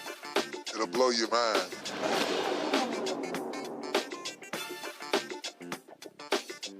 In Texas, the high-profile Frisco track meet stabbing case is back in court on Wednesday. Karmelo Anthony's attorneys will ask the appointed San Antonio judge Sid Harrell to remove Judge John Roach from the case post-trial proceedings. Anthony's team, led by Russell Wilson, believes that Roach's rulings limiting public access violated Anthony's civil rights. If Roach is recused on Wednesday, another judge will sit over Thursday's hearing for a new trial. If he is not recused, Anthony's new lawyers must present their arguments for a new trial before the same judge who has said he believed the initial trial was fair despite there being no black jurors. Thursday's hearing could feature new facts and testimony that have not been made public before. In June, the Collin County jury found Anthony guilty of first-degree murder in connection with the death of 17-year-old Austin Metcalf during a track meet in April 2025 at Memorial High School. Anthony was sentenced to 35 years in prison. Folks, a national prayer vigil is set for August 19th, that's tomorrow, for what would have been Nola Wells' 19th birthday. His family and supporters will hold a commemoration at the Greater St. John AME Church in Biloxi, Mississippi. The NAACP has joined the legal team representing the family of Wells. Kristen Clark will be on the show tomorrow to discuss why the NAACP found it important to help the Wells family. Nolan's body was found on a Mississippi barrier island after a 4th of July boat trip to Horn Island with 3 white friends. Jackson County DA Angel Myers McElrath said the results of the autopsy report, along with other evidence collected during the investigation, remain sealed pending the outcome of the criminal investigation to determine whether criminal wrongdoing took place. His parents, Christine and Elmore, along with their attorney Ben Crump, spoke last week at NABJ convention in Atlanta about the investigation and the main objective, pursuing justice, truth, and transparency into what happened to Nolan. Folks, the second day of testimony in the trial of a man accused of orchestrating the killing of the legendary rapper Tupac Shakur. Dwayne Kefty Davis is charged with murder of the 1996 killing of Tupac. Dr. Lisa Gavin, a forensic pathologist and medical examiner for Clark County, Nevada, testified about Tupac's injuries. She described how the bullets damaged his ribs, lungs, intestines, and other parts of his body. He died in the hospital 6 days after he was shot. Davis is the first person charged in connection with the musician's death. This comes nearly 30 years after Tupac was killed in a drive-by shooting in Las Vegas. Prosecutors say Davis was the mastermind behind the shooting and provided the gun. A tell-all book Davis published in 2019 revived the cold case. He was arrested in 2023 and has pleaded not guilty. His attorney argues the book was fictionalized to make a profit. I don't know who would actually fictionalize that. That sounds just a wee bit weird. Okay? All right, that's it for headlines. Go to a break, right back. Roland Martin Unfiltered. All right, folks, let me get personal for a second. My mom had questions about her Medicare, so she called Chapter, a Medicare advisory company, and she texted me right after saying it's a great benefit. It was easy. A real person walked her through the whole thing, and now she understands better what's going on. But it's not just her. A woman in Yonkers wrote in saying the process was so simple, the enrollment was easy, and she was so glad she called. Then there's Marilyn, 90 years old, in Florida, living on Social Security. Her premium climbed every single year north of $400 a month for coverage she could barely afford anymore. So what does she do? She called Chapter. They found her the same top-tier coverage for hundreds of dollars less. 90 years old, and finally somebody in her corner. I hear stories like that again and again from our community. The Medicare system was not built to work for you. Too much fine print, too many plans. Yet Chapter's advisors are independent and honest, the only Medicare advisors that compare every plan nationwide. They're focused on one thing, what actually works for you. If you're already in the right plan, they'll tell you. No games. And people who switched with Chapter saved an average of $1,100 a year. All it takes is 20 minutes. You talk to a real person, and it's completely free help. So call Chapter at 724-264-8281, 724-264-8281. That's Chapter. I don't know about you, but I find it interesting that so many people think they know black men so well. How we feel, what we think, what we want, why we do what we do. Hell, they even told us why we vote and why we didn't vote, but never asked us what our aspirations were, what scared us, what pisses us off, what we live for, how we live. That's what this show is. No translation, because we don't need anybody speaking for us, but we do need to speak for ourselves. This is not a traditional election show. And we don't need to speak through other people's lens. It's no translation. Right here on the Black Star Network. Join us.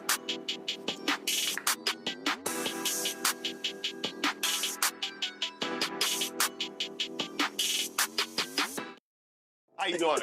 I'm Mark Curry, and you're watching the Black Star Network. That's why I got these glasses on, because that black star is bright.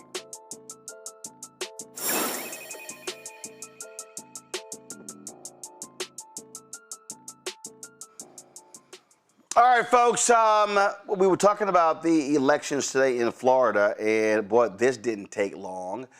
Listen, it's 7:28, polls barely closed. The Hill just reported this. Debbie Wasserman Schultz, Congresswoman, clinches Florida House primary win despite pushback from black Democrats. Now, remembered, she ran for this seat after gerrymandering took place there. She was running against former Congresswoman Sheila Sherfilis McCormick, who resigned earlier this year. Well, she's about to get ousted. She's about to get expelled from the House. Luther Campbell was in this race as well. Here's what was stupid, okay? You can't have several black people running in a seat and you think you were going to be the well-funded candidate. Now, had they, and they met several times to talk about, hey, we need to come to a consensus candidate. Nobody wanted to drop out. Now they all dropping out, Mustafa. Yeah, this is the way that I look at this. Sometimes we allow our egos to get in our way. And we have to do what's best for our community. If you truly love our community, like so many people say they do, then we got to do what's best for our community. If you are polling at 3%, 4%, 5%, you're not going to make up another 20 or 30%, especially if there's 3 or 4 or 5 other people that are in the race.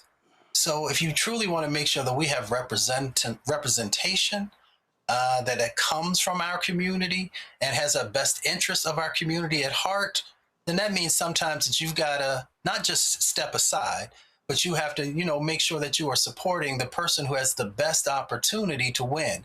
I know some folks might see it differently, but we're right now in a moment where we don't get to make mistakes. We have to make sure that we have individuals who we know without a doubt are authentically running because they care about what happens in our communities and wants to make sure that our communities are uplifted. It is baffling to me, Lisa, that all of them could stay in and somehow thought that they could beat a well-funded, long-time Democratic congresswoman? You know, I agree with Dr. Ali. I said this earlier. I'm the person that feels like we should all be able to run. I'm all for that. But when it gets right down to it, like Dr. Ali said, now we're looking at you're polling at 0.0001%. You're polling at beneath the surface percent. Now it gets into what's good for the collective. I'm so sick of the individualism in this country, or really in the world. It's a disease, or it's a pandemic, an epidemic. I can't tell. So nobody wants to drop out. And if you drop out, are you really dropped out? See, here's my thing about people who run for office. Do you really care? Do you have to be a politician to do what's right for the people? So if you actually were running because you cared about the people, then you drop out, and all of you get behind the other individual who's pulling higher to help them with the campaign. Knock on doors, kiss babies, shake hands, make flyers, fried chicken, make potato salad without the raisins, go hard in the paint. Put toothpicks under your eyes and make it happen. But no, you want to be a local superstar. You want to be in the place to be. That's not how that works. I'll use track again. Sometimes I ran a track meet with the worst run on the track team because my coach had to spread us thin. Lisa, we're putting Sabrina in anchor leg. Even though she sucks, you got to run for her because we want to win the 4x8 and we've got to spread these folks out. I didn't go, well, she can't run good. We got behind that because what we want to do, we want to win more than one thing. People are selfish.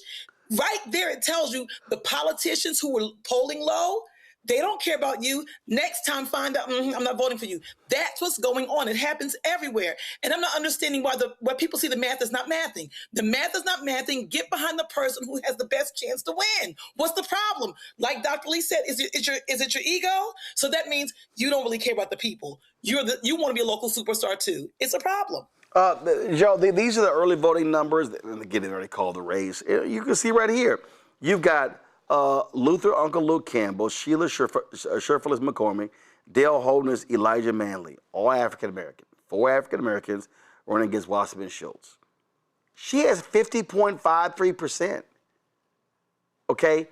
It's not like she couldn't be beaten. But none of those 4 wanted to drop out.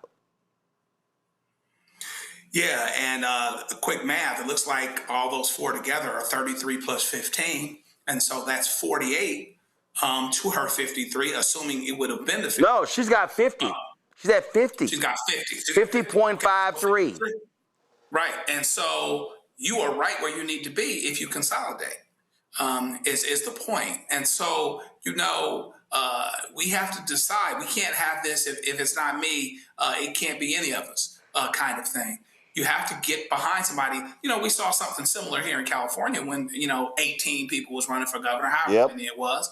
And really, we got lucky that Swalwell got smoked out. So he had to leave it because otherwise it could have been 2 Republicans in there, or we could have jeopardized ourselves going towards the fall. And so not only is it important if you understand that you can't win and the numbers don't match up, is to get out, but to get out early enough so you get off the ballot so that the residual of you is not there. You know what I mean? And so, so it's a serious problem. And listen, she might have run in some other district, but her money came with her, her campaign account came with her, her name recognition came with her. She is not a slouch, Debbie Wasserman Schultz. However one might feel about her, if you wanted to have a chance to beat her, you needed to join forces. It wasn't going to be just one of you. Even Luke. Luke made some records. He did pretty good with the Supreme Court. But that's not going to be enough to win for Congress, as it turns out. And so you have to do what you have to do in order to win if the goal is winning. And that's the big if here. The governor's race and U.S. Senate race results won't be available until after 8 p.m. And so we'll be certainly certainly watching that. One of the things that we've talked about when it comes to these elections, when you look at numbers, and it's very interesting. I saw something earlier. Wait a minute, Nikki Barnes. Hold on one second. I saw this tweet from her. I cracked up laughing when she posted it. Give me 1 second. Yeah, Nikki Barnes. She's a Florida consultant, and she tweeted this: based on the numbers I'm seeing, Democratic voters 50 to 65 plus are getting ready to choose every last one of our Democratic nominees. Now, some of y'all are about to be mad, but I would encourage you to call the younger millennials and Gen Z and tell them to go vote. Y'all have heard me say this numerous times. At the largest demographic in America are millennials and Gen Z. They outnumber Gen X. They outnumber baby boomers. They have the numbers. But they don't vote. And I keep saying it over and over and over again. If you're a millennial and a Gen Z, you keep yelling, I'm so sick of seeing all these old people.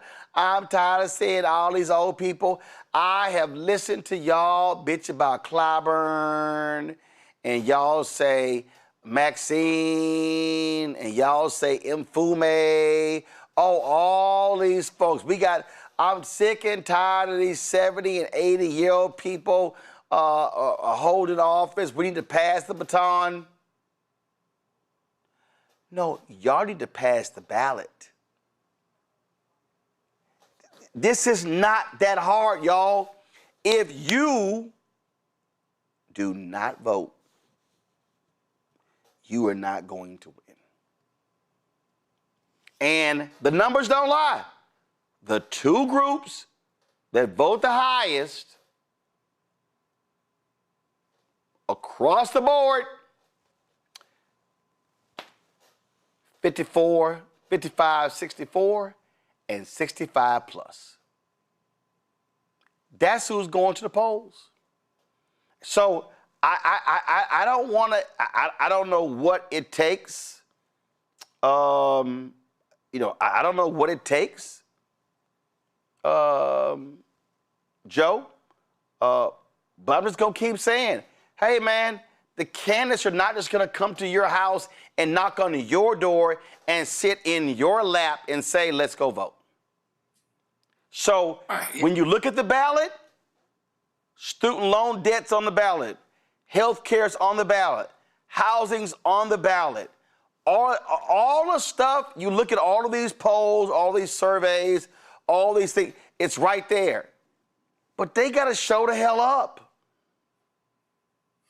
That would seem to be motivating, right? The idea that healthcare is so expensive, the idea that housing is so expensive. A kid's not going to graduate from college in Southern California and afford $3,000, $3,500 rent to start.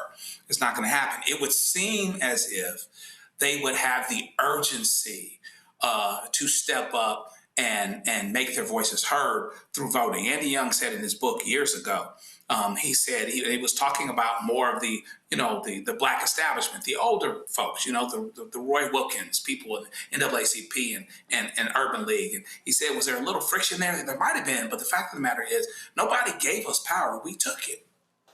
We brought it directly to the people. And so if the youngins want to be heard, all they have to do is get involved based on what they need, based on what they're missing, based on the fact that it's going to be more difficult for my child to have the same advantages economically, et cetera, that I did. That ought to be a motivating factor, one would seem. And so you can't stand on the sidelines and you're supposed to be in the game and then, be pissed about the outcome. That's not going to do anything. And really, if you really want people to be responsive and to react to what your concerns are, you have to show up with your vote. Because if we all did show up and vote like that, there is some combination and some correlation between what the older folk, mature folks would want and the younger folks would want. We would be winning elections all the time. And so they need to show up, show out, do what you need to do because you got needs too. And that's the thing, Lisa. I mean, I don't know. Right. I mean, you can't say, well, I didn't know, I didn't realize it. I mean, I'm sorry. At some point, you got to grow your ass up. And look, I tell my nieces, welcome to adulting. No, right. Now, I'm going to have to push back a little bit. I am a senior citizen, you know. I am cute. But I got to just say, it's about representation. It's not as simple as y'all Negroes vote. Now, I'm going to say this here. Hold on, stop.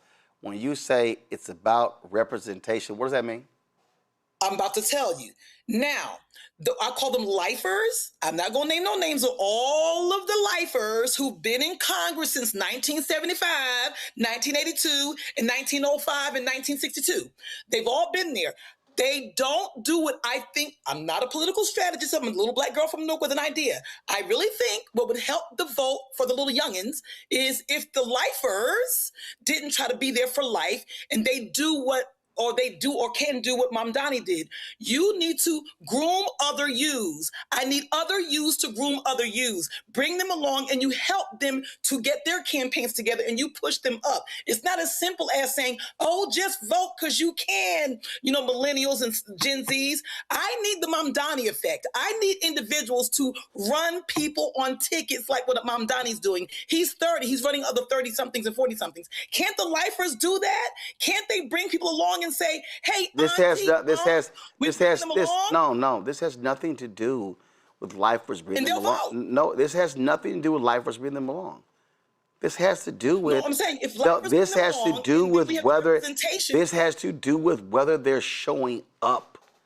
If they show up, they can elect whoever the hell they want to elect. But they're not showing. It's a chicken and egg thing. It's a chicken and egg thing, Roland. It's chicken and egg. What came first, the chicken and egg? If I see me, I might go out and vote. But I can't see me unless I win. Oh, look, I can't see me unless somebody vote for somebody who looks like me and they win.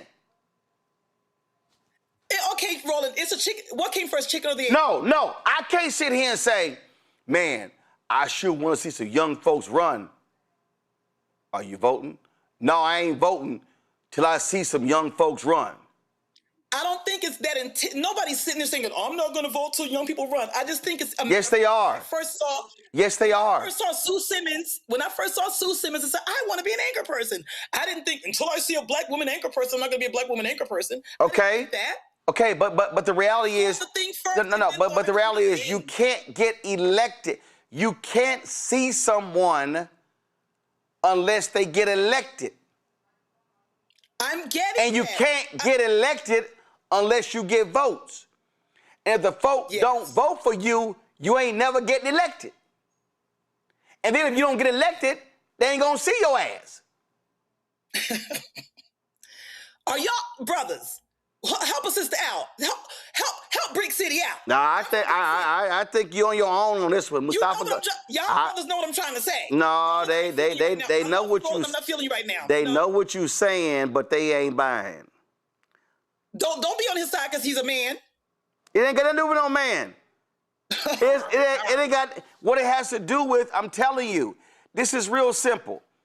You can't sit here and say it's like all them yahoos say no tangibles, no vote. Your ass ain't getting no tangibles during the election. You need the person to win to get tangibles. Listen, I'm the least political person in the world. When I was called on to run for lieutenant governor in the Green Party back in 2017, we didn't win. I didn't want to do it.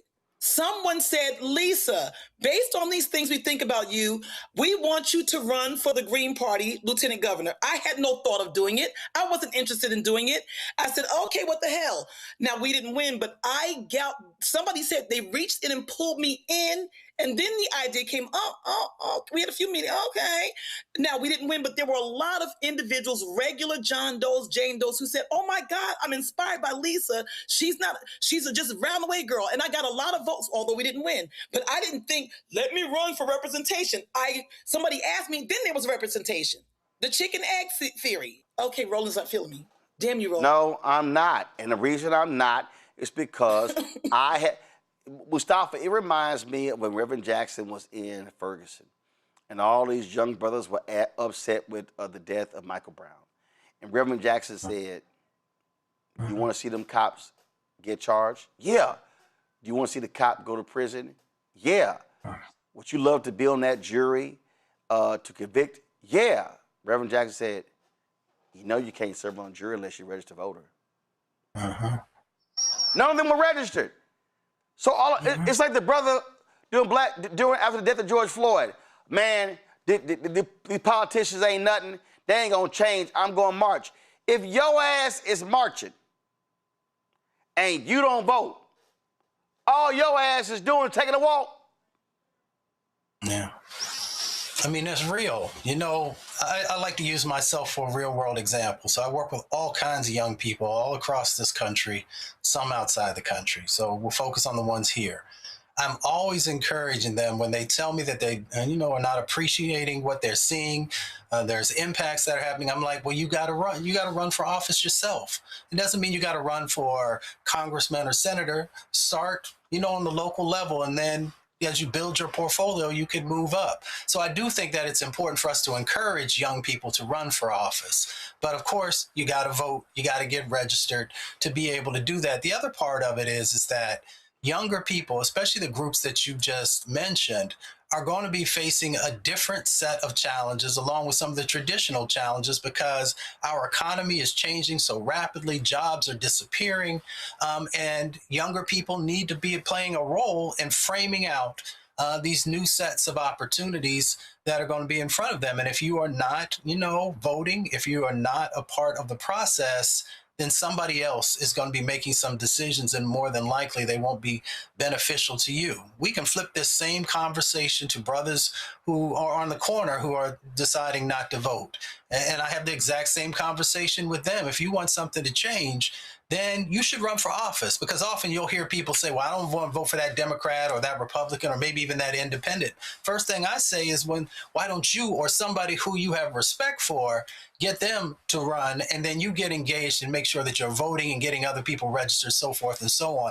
And I think that has to be a part of the conversation, because it goes back to what I say about you have power unless you give it away. Most people don't understand how many things are tied up into what we're discussing today and why they need to be playing a leadership role in the direction for our community and our country. Votes are about numbers. If I get more than this person, I win. And all I'm saying to millennials and Gen Z, y'all literally have the numbers. The numbers are on your side. But that means nothing if you don't maximize your numbers. If you are not voting in huge numbers, and if when you look at the turnout, y'all, it don't lie. Who votes the highest? 65 plus. Who's second highest? 55, 64. Who's third highest? 45, 54. And then it goes down. 35, 44. Then it goes 25, 34. Then it goes 18, 24.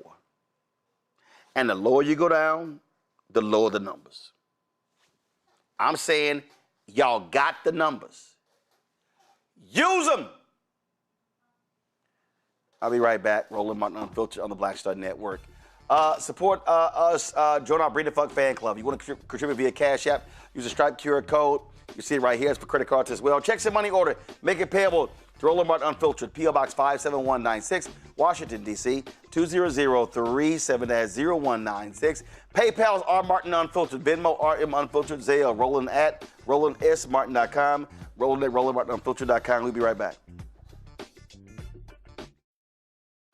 All right, folks, let me get personal for a second. My mom had questions about her Medicare, so she called Chapter, a Medicare advisory company, and she texted me right after saying it's a great benefit. It was easy. A real person walked her through the whole thing, and now she understands better what's going on. But it's not just her. A woman in Yonkers wrote in saying the process was so simple, the enrollment was easy, and she was so glad she called. Then there's Marilyn, 90 years old, in Florida, living on Social Security. Her premium climbed every single year north of $400 a month for coverage she could barely afford anymore. So what does she do? She called Chapter. They found her the same top-tier coverage for hundreds of dollars less. 90 years old, and finally somebody in her corner. I hear stories like that again and again from our community. The Medicare system was not built to work for you. Too much fine print, too many plans. Yet Chapter's advisors are independent and honest, the only Medicare advisors that compare every plan nationwide. They're focused on one thing, what actually works for you. If you're already in the right plan, they'll tell you. No games, and people who switched with Chapter saved an average of $1,100 a year. All it takes is 20 minutes. You talk to a real person, and it's completely free help. So call Chapter at 724-264-8281, 724-264-8281. That's Chapter. I don't know about you, but I find it interesting that so many people think they know black men so well. How we feel, what we think, what we want, why we do what we do. Hell, they even told us why we vote and why we didn't vote, but never asked us what our aspirations were, what scared us, what pisses us off, what we live for, how we live. That's what this show is. No translation, because we don't need anybody speaking for us, but we do need to speak for ourselves. This is not a traditional election show. And we don't need to speak through other people's lens. It's no translation. Right here on the Black Star Network. Join us.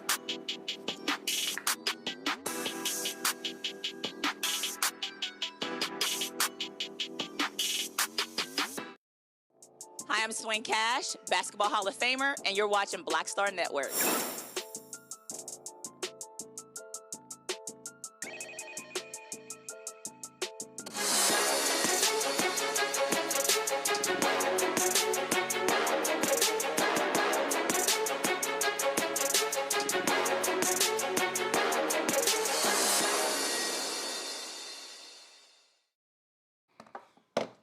All right, y'all. If you're ladies, you're looking for you're a bag lover. This is just for you. Just Melanin CEO and founder Miosha McFadden has created Brown Girl Bags, a luxury handbag brand that centers black women in spaces where elegance, confidence, and representation belong. Miosha joins us now from Atlanta. Miosha, glad to have you here. How you got Brown Girl bags and your ass sent me a black bag? Well, see, I ran out. I had an event 2 Saturdays ago, and I sold out of all the brown ones. But that's still a bestseller. So, Brown Girl bag is still all right. So I literally do not understand the concept of women in these damn bags. I don't get it. It's a bag, okay? So take us through, because we've seen some crazy expensive bags. Lord, I've seen people crying over a Birkin, which makes no sense to me. And so when you were creating the bag, so when you were making comparisons, when you were studying, when you were looking at the bag that will attract customers, what went all into it? Yeah, so growing up, my aunts, they sold bags. They sold like bags that were already made, like the Louis Vuittons. They were just redoing bags. And so like all in high school, I used to have different bags. I used to love bags. And so I didn't really grow up in a household that we had a lot of money to afford like the luxury items. So when I graduated college and I started making that money, I was buying the real bags, and I was just putting my money out into these different brands that didn't necessarily want us in their stuff. So my whole goal was to start a brand that represented us, represented Black women, allowing us to feel stylish, feminine, and bold and confident. All right. And so what were you doing when you started this? I mean, what was your background? So a little bit about myself. I do a lot of things. So I'm a licensed therapist. I'm a hairstylist.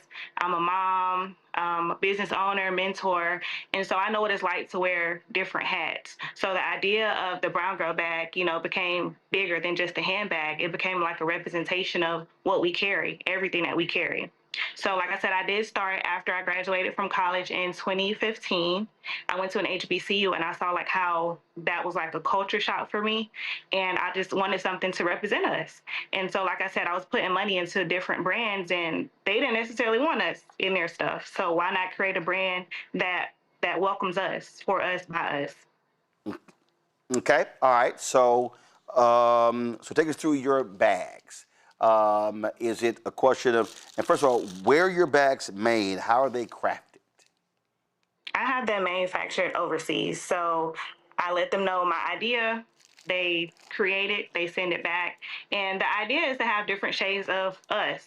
So I have the browns, I have like the light colors, I have the darker colors, and that's like the craftsmanship behind it. And they're vegan leather bags, so they're affordable.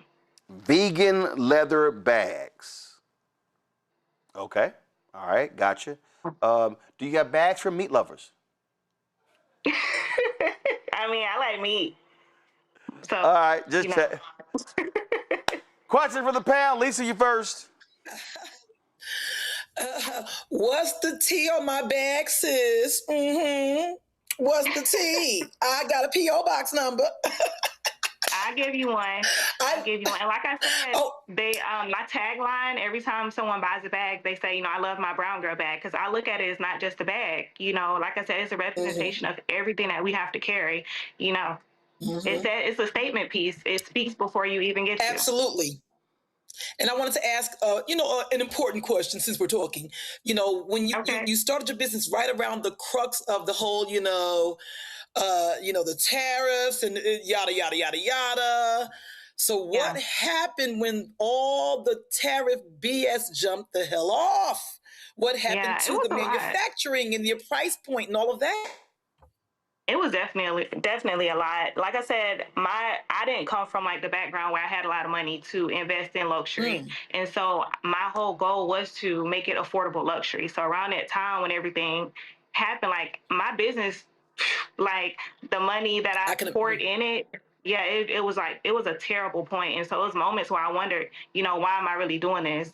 But when I was like I used to go to different colleges popping up, and I used to see a student, with the bags, and then it reminded me of why I started. So a lot of times when I'm like crashing down, I just remember, my why. I love that.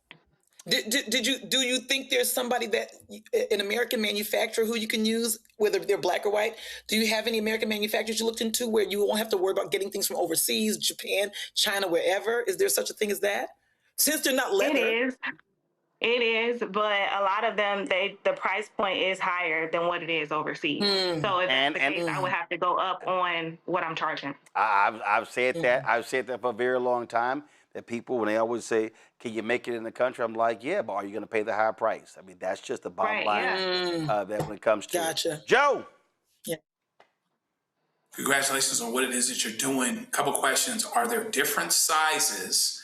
And talk about the different purposes too. Could I use dumb question? Could I use this bag at the supermarket? Could I use it as a carry-on? I imagine that I could on the plane, things like that. Tell me about the uses that you contemplate for the bags.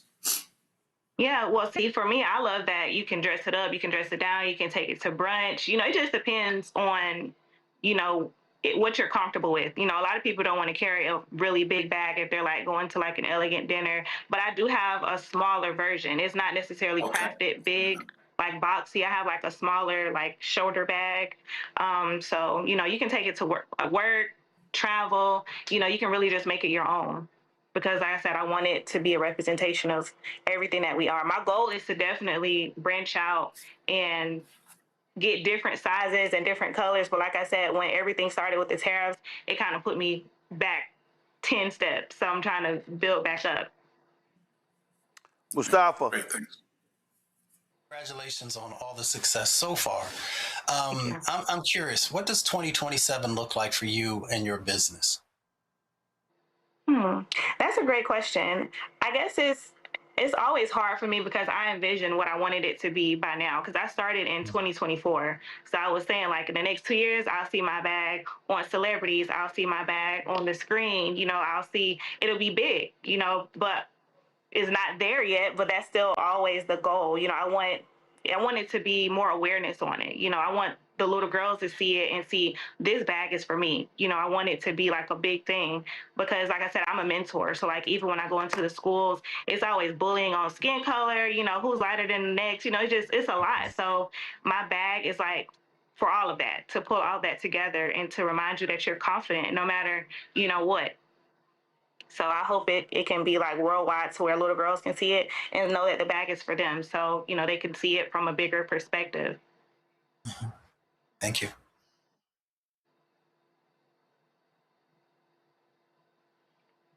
Folks, so if y'all want to check out Miosha's bags, do me a favor, go to shopblackstarnetwork.com. Shopblackstarnetwork.com to check out her bags. You got all the bags there on the website.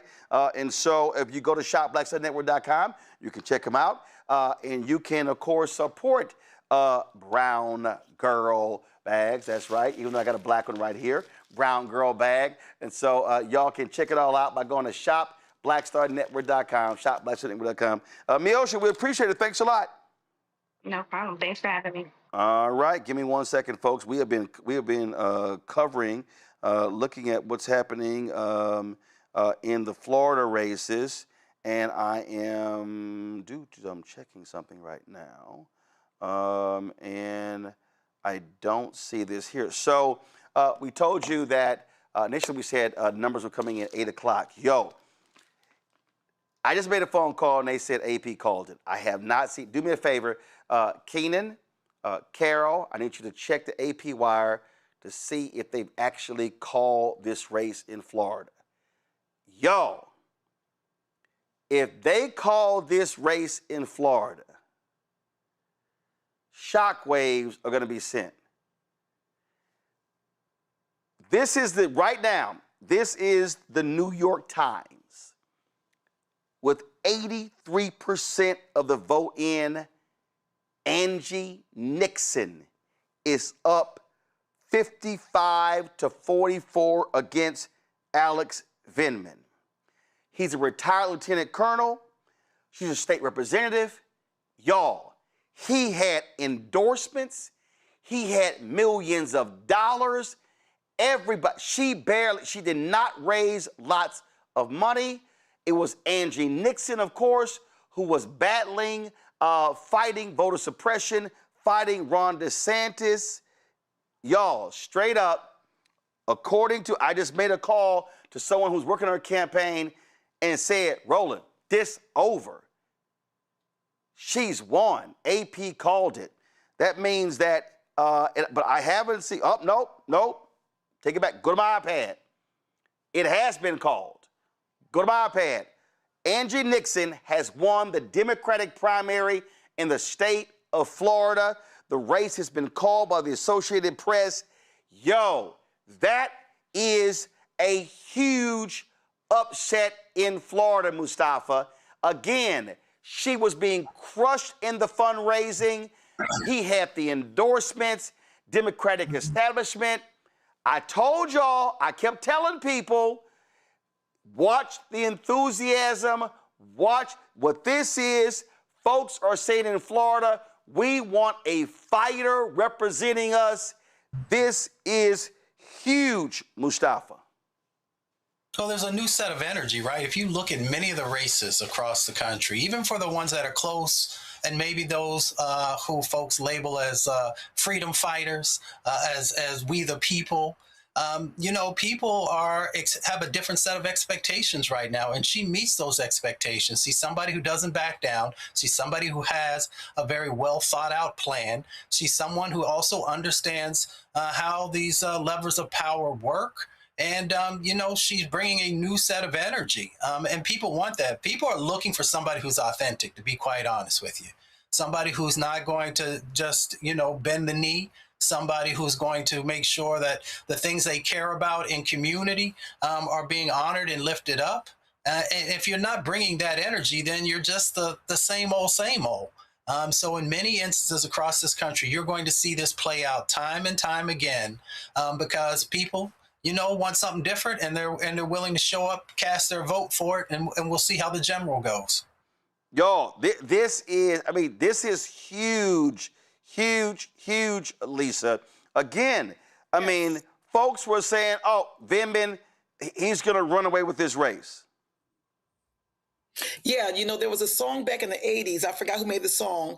The line goes, I want a new drug, one that won't make me sick. So we're sick of these same olds, like the doctor said, Dr. Ali said. So you're seeing this energy that's playing out across the country in other races, much like the race in Florida, like you have the Mamdani effect. The same thing happened in Newark a couple of weeks ago, where Donna Jackson was very similar to her. She was the freedom fighter for 20, 30 years, kissing babies and shaking hands, making sure she's fighting the status quo. She won in Newark as the councilwoman at large with like $2,000 because the energy was there. So this same energy was there in Florida, and I was not shocked at that because, like he said, people are tired of it. We want fighters. We don't want people to kiss the ring and bow down to individuals. We want people who not only say they're going to fight, but they are punching folks out and knocking folks out in the ring.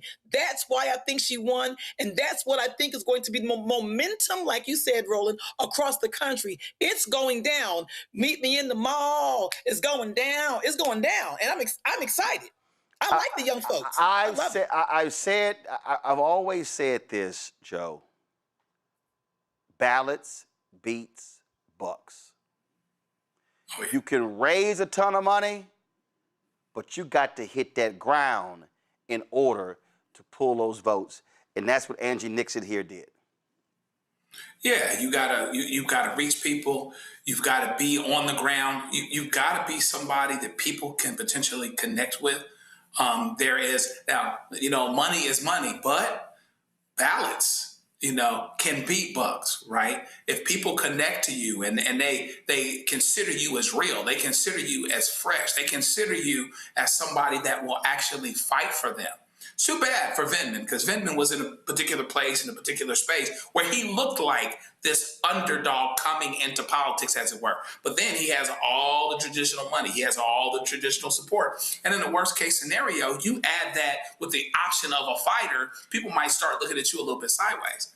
And that's what actually ended up happening here. All the money and all the endorsements didn't end up being the thing, because there's still quality over quantity. It's still quality over quantity, and in a certain scenario and at a certain time. And I think it's not to be lost on us that this is going on in Florida. People in Florida elections, Republicans in Florida elections, in statewide elections in Florida should not be taken for granted that this is yesterday's Florida, that this is Ron DeSantis's Florida. Things can actually change very, very quickly, because the numbers are down there to help make it change if you've got the right candidate who can connect to people in a real and authentic way. This was a headline that was at one of the TV stations in Florida. Alex Vindman's money advantage meets Angie Nixon's Florida roots in Democratic Senate primary. Now, keep in mind, they were running for the special election to fill the final 2 years of the term of Senator Marco Rubio, who became Secretary of State under Donald Trump. They will have to run again in 2028. Ashley Moody was picked by the Republicans to replace him. And so Angie Nixon is going to be running against Ashley Moody in November. Again, Mustafa, Vindman raised like $16 million. I mean, the PACs, all these different people. We had Angie Nixon on the show. Y'all should be having the B-roll. We had Angie Nixon on the show, and she talked about, hey, I ain't got that money, but we out here in these streets, and we are sitting here making it happen. And again, she's somebody who's been straight up fighting, and I'm telling you, people want to see fighters. And listen, Nikki Fried has been trying to put the Florida Democratic Party back together. We were watching the race there. We're watching the race there as well. When it comes to, let me pull up a second. I want to see the gubernatorial race. What's going on there? What's happening there? Let me see here. Bottom line is that when you start talking about these races, listen, it's so clearly based upon what we see right here, it's going to be Byron Donalds on the Republican side. He wins with 48% of the vote to 24%. He is going to be the Republican nominee. And then on the Democratic side, former Republican David Jolly is going to be running against Donalds. He easily wins he easily wins there. So again, we're in a climate right now where if you want to play it nice, play it safe, Mustafa, that ain't gonna cut it. Folk want to know, are you going to confront and look these fascists in their eyes and say, I'm gonna take you down? People want to know if you're going to throw them bows. That's what they want to know, because that's what you literally Nut have to if do, you buck. I mean, you got to. You really don't have a choice anymore. People want authenticity. People often talk about politics and they talk about grassroots, but they don't come from the grassroots, so they don't know how to actually build a grassroots movement. You know, we were blessed to have her on the show. She actually understands what that looks like, building those strong coalitions, because I've often said, and I've seen it numerous times, that the power of people will beat the power of money every time, if you are organized and if people show up and if people understand that they have power. And she was able to translate that. She was not able to just translate it, but she was able to make sure that people actually felt it, because people can see it and they can hear it. But if they don't touch it and then feel it, then, you know, often it does not translate into the fullness of what it could be. So to see that transpire just reinvigorates so many people across the country who sometimes give up or think that my voice doesn't matter or my vote doesn't matter. She made people understand that, yes, it does. And if you give me that vote, I won't let you down. I'll get in there, I'll swing, I'll work when there's opportunities to work, you know, in a fashion with other types of folks, maybe across the aisle, if that's something that shows up. But if not, I'm not going to, you know, I'm not going to fall backwards on what my values and priorities are for the people whom I serve. So that's good. The other one, you know, that's going to be an interesting race with Byron Donaldson and then Jolly on the other side of the equation, because it's going to be a very, very tight race. Florida could look very different in the next set of months. So folks should really take a deep look at the candidates and figure out whom best represents what you want the future of Florida to look like. And then I hope folks across the country will do the same thing and ask themselves, what do you want America to look like? And how do you want America to play a more positive role in your life, in your community? Well, Lisa, bottom line is they've been talking about, again, when you look at Florida, Republicans have been doing well. Dominating. But guess what? There are massive issues in Florida. People are selling their homes. They got insurance issues. I mean, Ron DeSantis has not been running the state well, and this could be. I mean, I'm talking about a blue tsunami. And again, we keep saying it's about boots on the ground. It's about investing in the ground. In those special elections, Republicans were winning some of those, but by very tight margins. What Nikki Fried has been on here numerous times saying, hey, National Democrats, put money in this state. We can turn this thing around. And so it's going to be really interesting with Jolly on the gubernatorial side, Nixon on the Senate side, in terms of how they can really, really drum up enthusiasm in the state. Yeah, I think this is a strike while the iron's hot moment in politics, especially around the country. And we mentioned last week, I think I forgot what the segment was, Roland, and I said, you know, I asked the guests, you know, what's your ground game like? You know, I'm always asking politicians, what's your ground game like? And, you know, if they don't have the answer, they don't have a ground game. Angie Dixon had a ground game, and it wasn't just about, you know, the usual kiss the babies, fry some chicken, and hand out flyers. She really meant to listen to the people to see what they wanted to do. And also, she's not afraid to fight, like we're all saying, because, you know, they talk about, you know, the usual thing, you know, when they go low, we go high. I love that. Cute, cute, cute, cute, cute.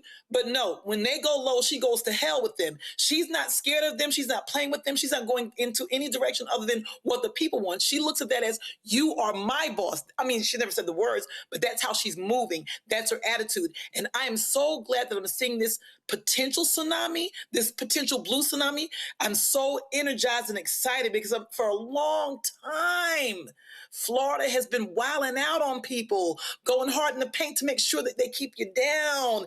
And now we're at this moment where we're going to flip the script on y'all's asses, and y'all ain't gonna know where the blue went, as they say, where the blue went, where the red went, where the blue went. So I'm really interested, and I'm gonna be keeping up to see exactly how this is working. And once that momentum is set, you can't catch them now. I don't think they can be caught. It's going down. Not only that, how many times have y'all heard me say every vote matters? We had State Senator Chevron Jones on yesterday. He is running against Kendrick Meek Jr., the son of former Congressman Kendrick Meek, also Oliver Gilbert, Miami-Dade Commissioner. Y'all, look how close this is. With 93% of the ballots cast, 93% of the ballot cast, Oliver Gilbert is up by about 1,200 votes. 1,200 votes, 18,766 to 17,510. Just a total of 54,000 votes cast in that election. That is to replace Congresswoman Frederica Wilson. And so that's a battle right there of Omega and Alpha. One of the few times Omega is winning over an Alpha. But that's what's happening right there. And so we'll see in terms of what the outstanding votes are. But looks like Oliver Gilbert, with up 2 points, could eke this victory out. And again, perfect example. We said all the time, every vote matters. Folks, that's it for us. We're going to have more coverage on tomorrow's show. Let me thank Mustafa, Lisa, and Joe for being here. I certainly appreciate it. Thank you so very much. Folks, if you want to, of course, support the work that we do, join our Bring the Funk fan club. It's critically important that you support what we do because we don't have millionaires and billionaires cutting us checks. We ain't got Fortune 500 companies cutting us checks. We do this for the people. We cover the stuff that matters. And so your support is critically important. For Cash App, use the Stripe QR code. You see it right here. That QR code is for credit cards as well. Checks and money order, make it payable to Roland Martin Unfiltered. P.O. Box 57196, Washington, D.C. 20037-0196. PayPal's R. Martin Unfiltered, Venmo RM Unfiltered, Zelle, Roland at RolandSMartin.com, Roland at RolandMartinUnfiltered.com. Download the Black Star Network app, Apple phone, Android phone, Apple TV, Android TV, Roku, Amazon Fire TV, Samsung Smart TV. Be sure to get our Roland Martin Unfiltered swag on Black Star Network swag by going to shop.blackstarnetwork.com. You see all of our great T-shirts with our American 250 shirts. I got our quotes on it, our Robert Patillo flamethrower shirt, and Don't Blame Me, I Voted for the Black Woman shirt as well. ShopBlackStarNetwork.com. Every product that you see in our studio, these are all black-owned companies. When you buy products from them, you are supporting this network. You're supporting them. And so go to ShopBlackStarNetwork.com to peruse all of these products by going to our marketplace segment. Download the app, fan base. Follow me at Roland S. Martin. Folks, that's it. And also, shout out, of course, Jamel Hill sent me this. She sent me 2 shirts. One is black, one is white. I think I'm going to have the black one on tomorrow. Support black journalists. And so, Jamel, I certainly appreciate it. Thanks a lot for this shirt. Folks, that's it. I'm going to see y'all tomorrow right here, Roland Martin Unfiltered on the Black Star Network.